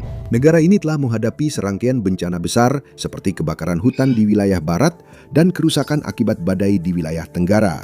Hal itu menyebabkan angka polis asuransi rumah yang tidak diperpanjang melonjak pada tahun 2023 meningkat di 46 negara bagian. Bahkan di tempat-tempat di mana orang masih bisa mempertahankan asuransi rumah mereka, tarifnya naik rata-rata 24% dalam 3 tahun dari hampir $2.600 Amerika per tahun pada 2021 menjadi rata-rata $3.300 Amerika pada 2024. Ukuran yang sangat besar dan prioritas yang sangat berbeda di berbagai bagian negara ini telah menyebabkan adanya kepentingan yang saling bertentangan ketika berbicara tentang prioritas perubahan iklim. Wilayah Teluk ingin meningkatkan penggunaan minyak dan gas, karena itu adalah salah satu industri utamanya. Wilayah ini memproduksi sepertiga minyak dunia dan 17% gas dunia. Negara-negara bagian yang sudah menghadapi risiko iklim besar seperti California mendorong target emisi yang lebih ketat untuk membantu menekan kerusakan. Sementara itu, negara-negara bagian Mountain West terlibat dalam perebutan hak atas air karena banyak kota mereka dibangun di daerah dengan pasokan air yang tidak stabil dan semakin berkurang. Hal ini menyebabkan pendekatan yang tambal sulam, tidak konsisten, dan seringkali saling bertentangan terhadap perubahan iklim dengan standar emisi, regulasi, dan insentif teknologi ramah lingkungan yang berbeda-beda di seluruh negeri.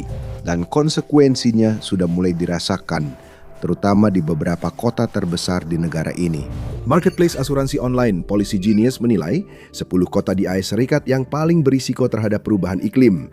Daftar yang mereka buat cukup mengkhawatirkan, terutama karena mencakup 3 dari 10 kota terbesar di Amerika Serikat.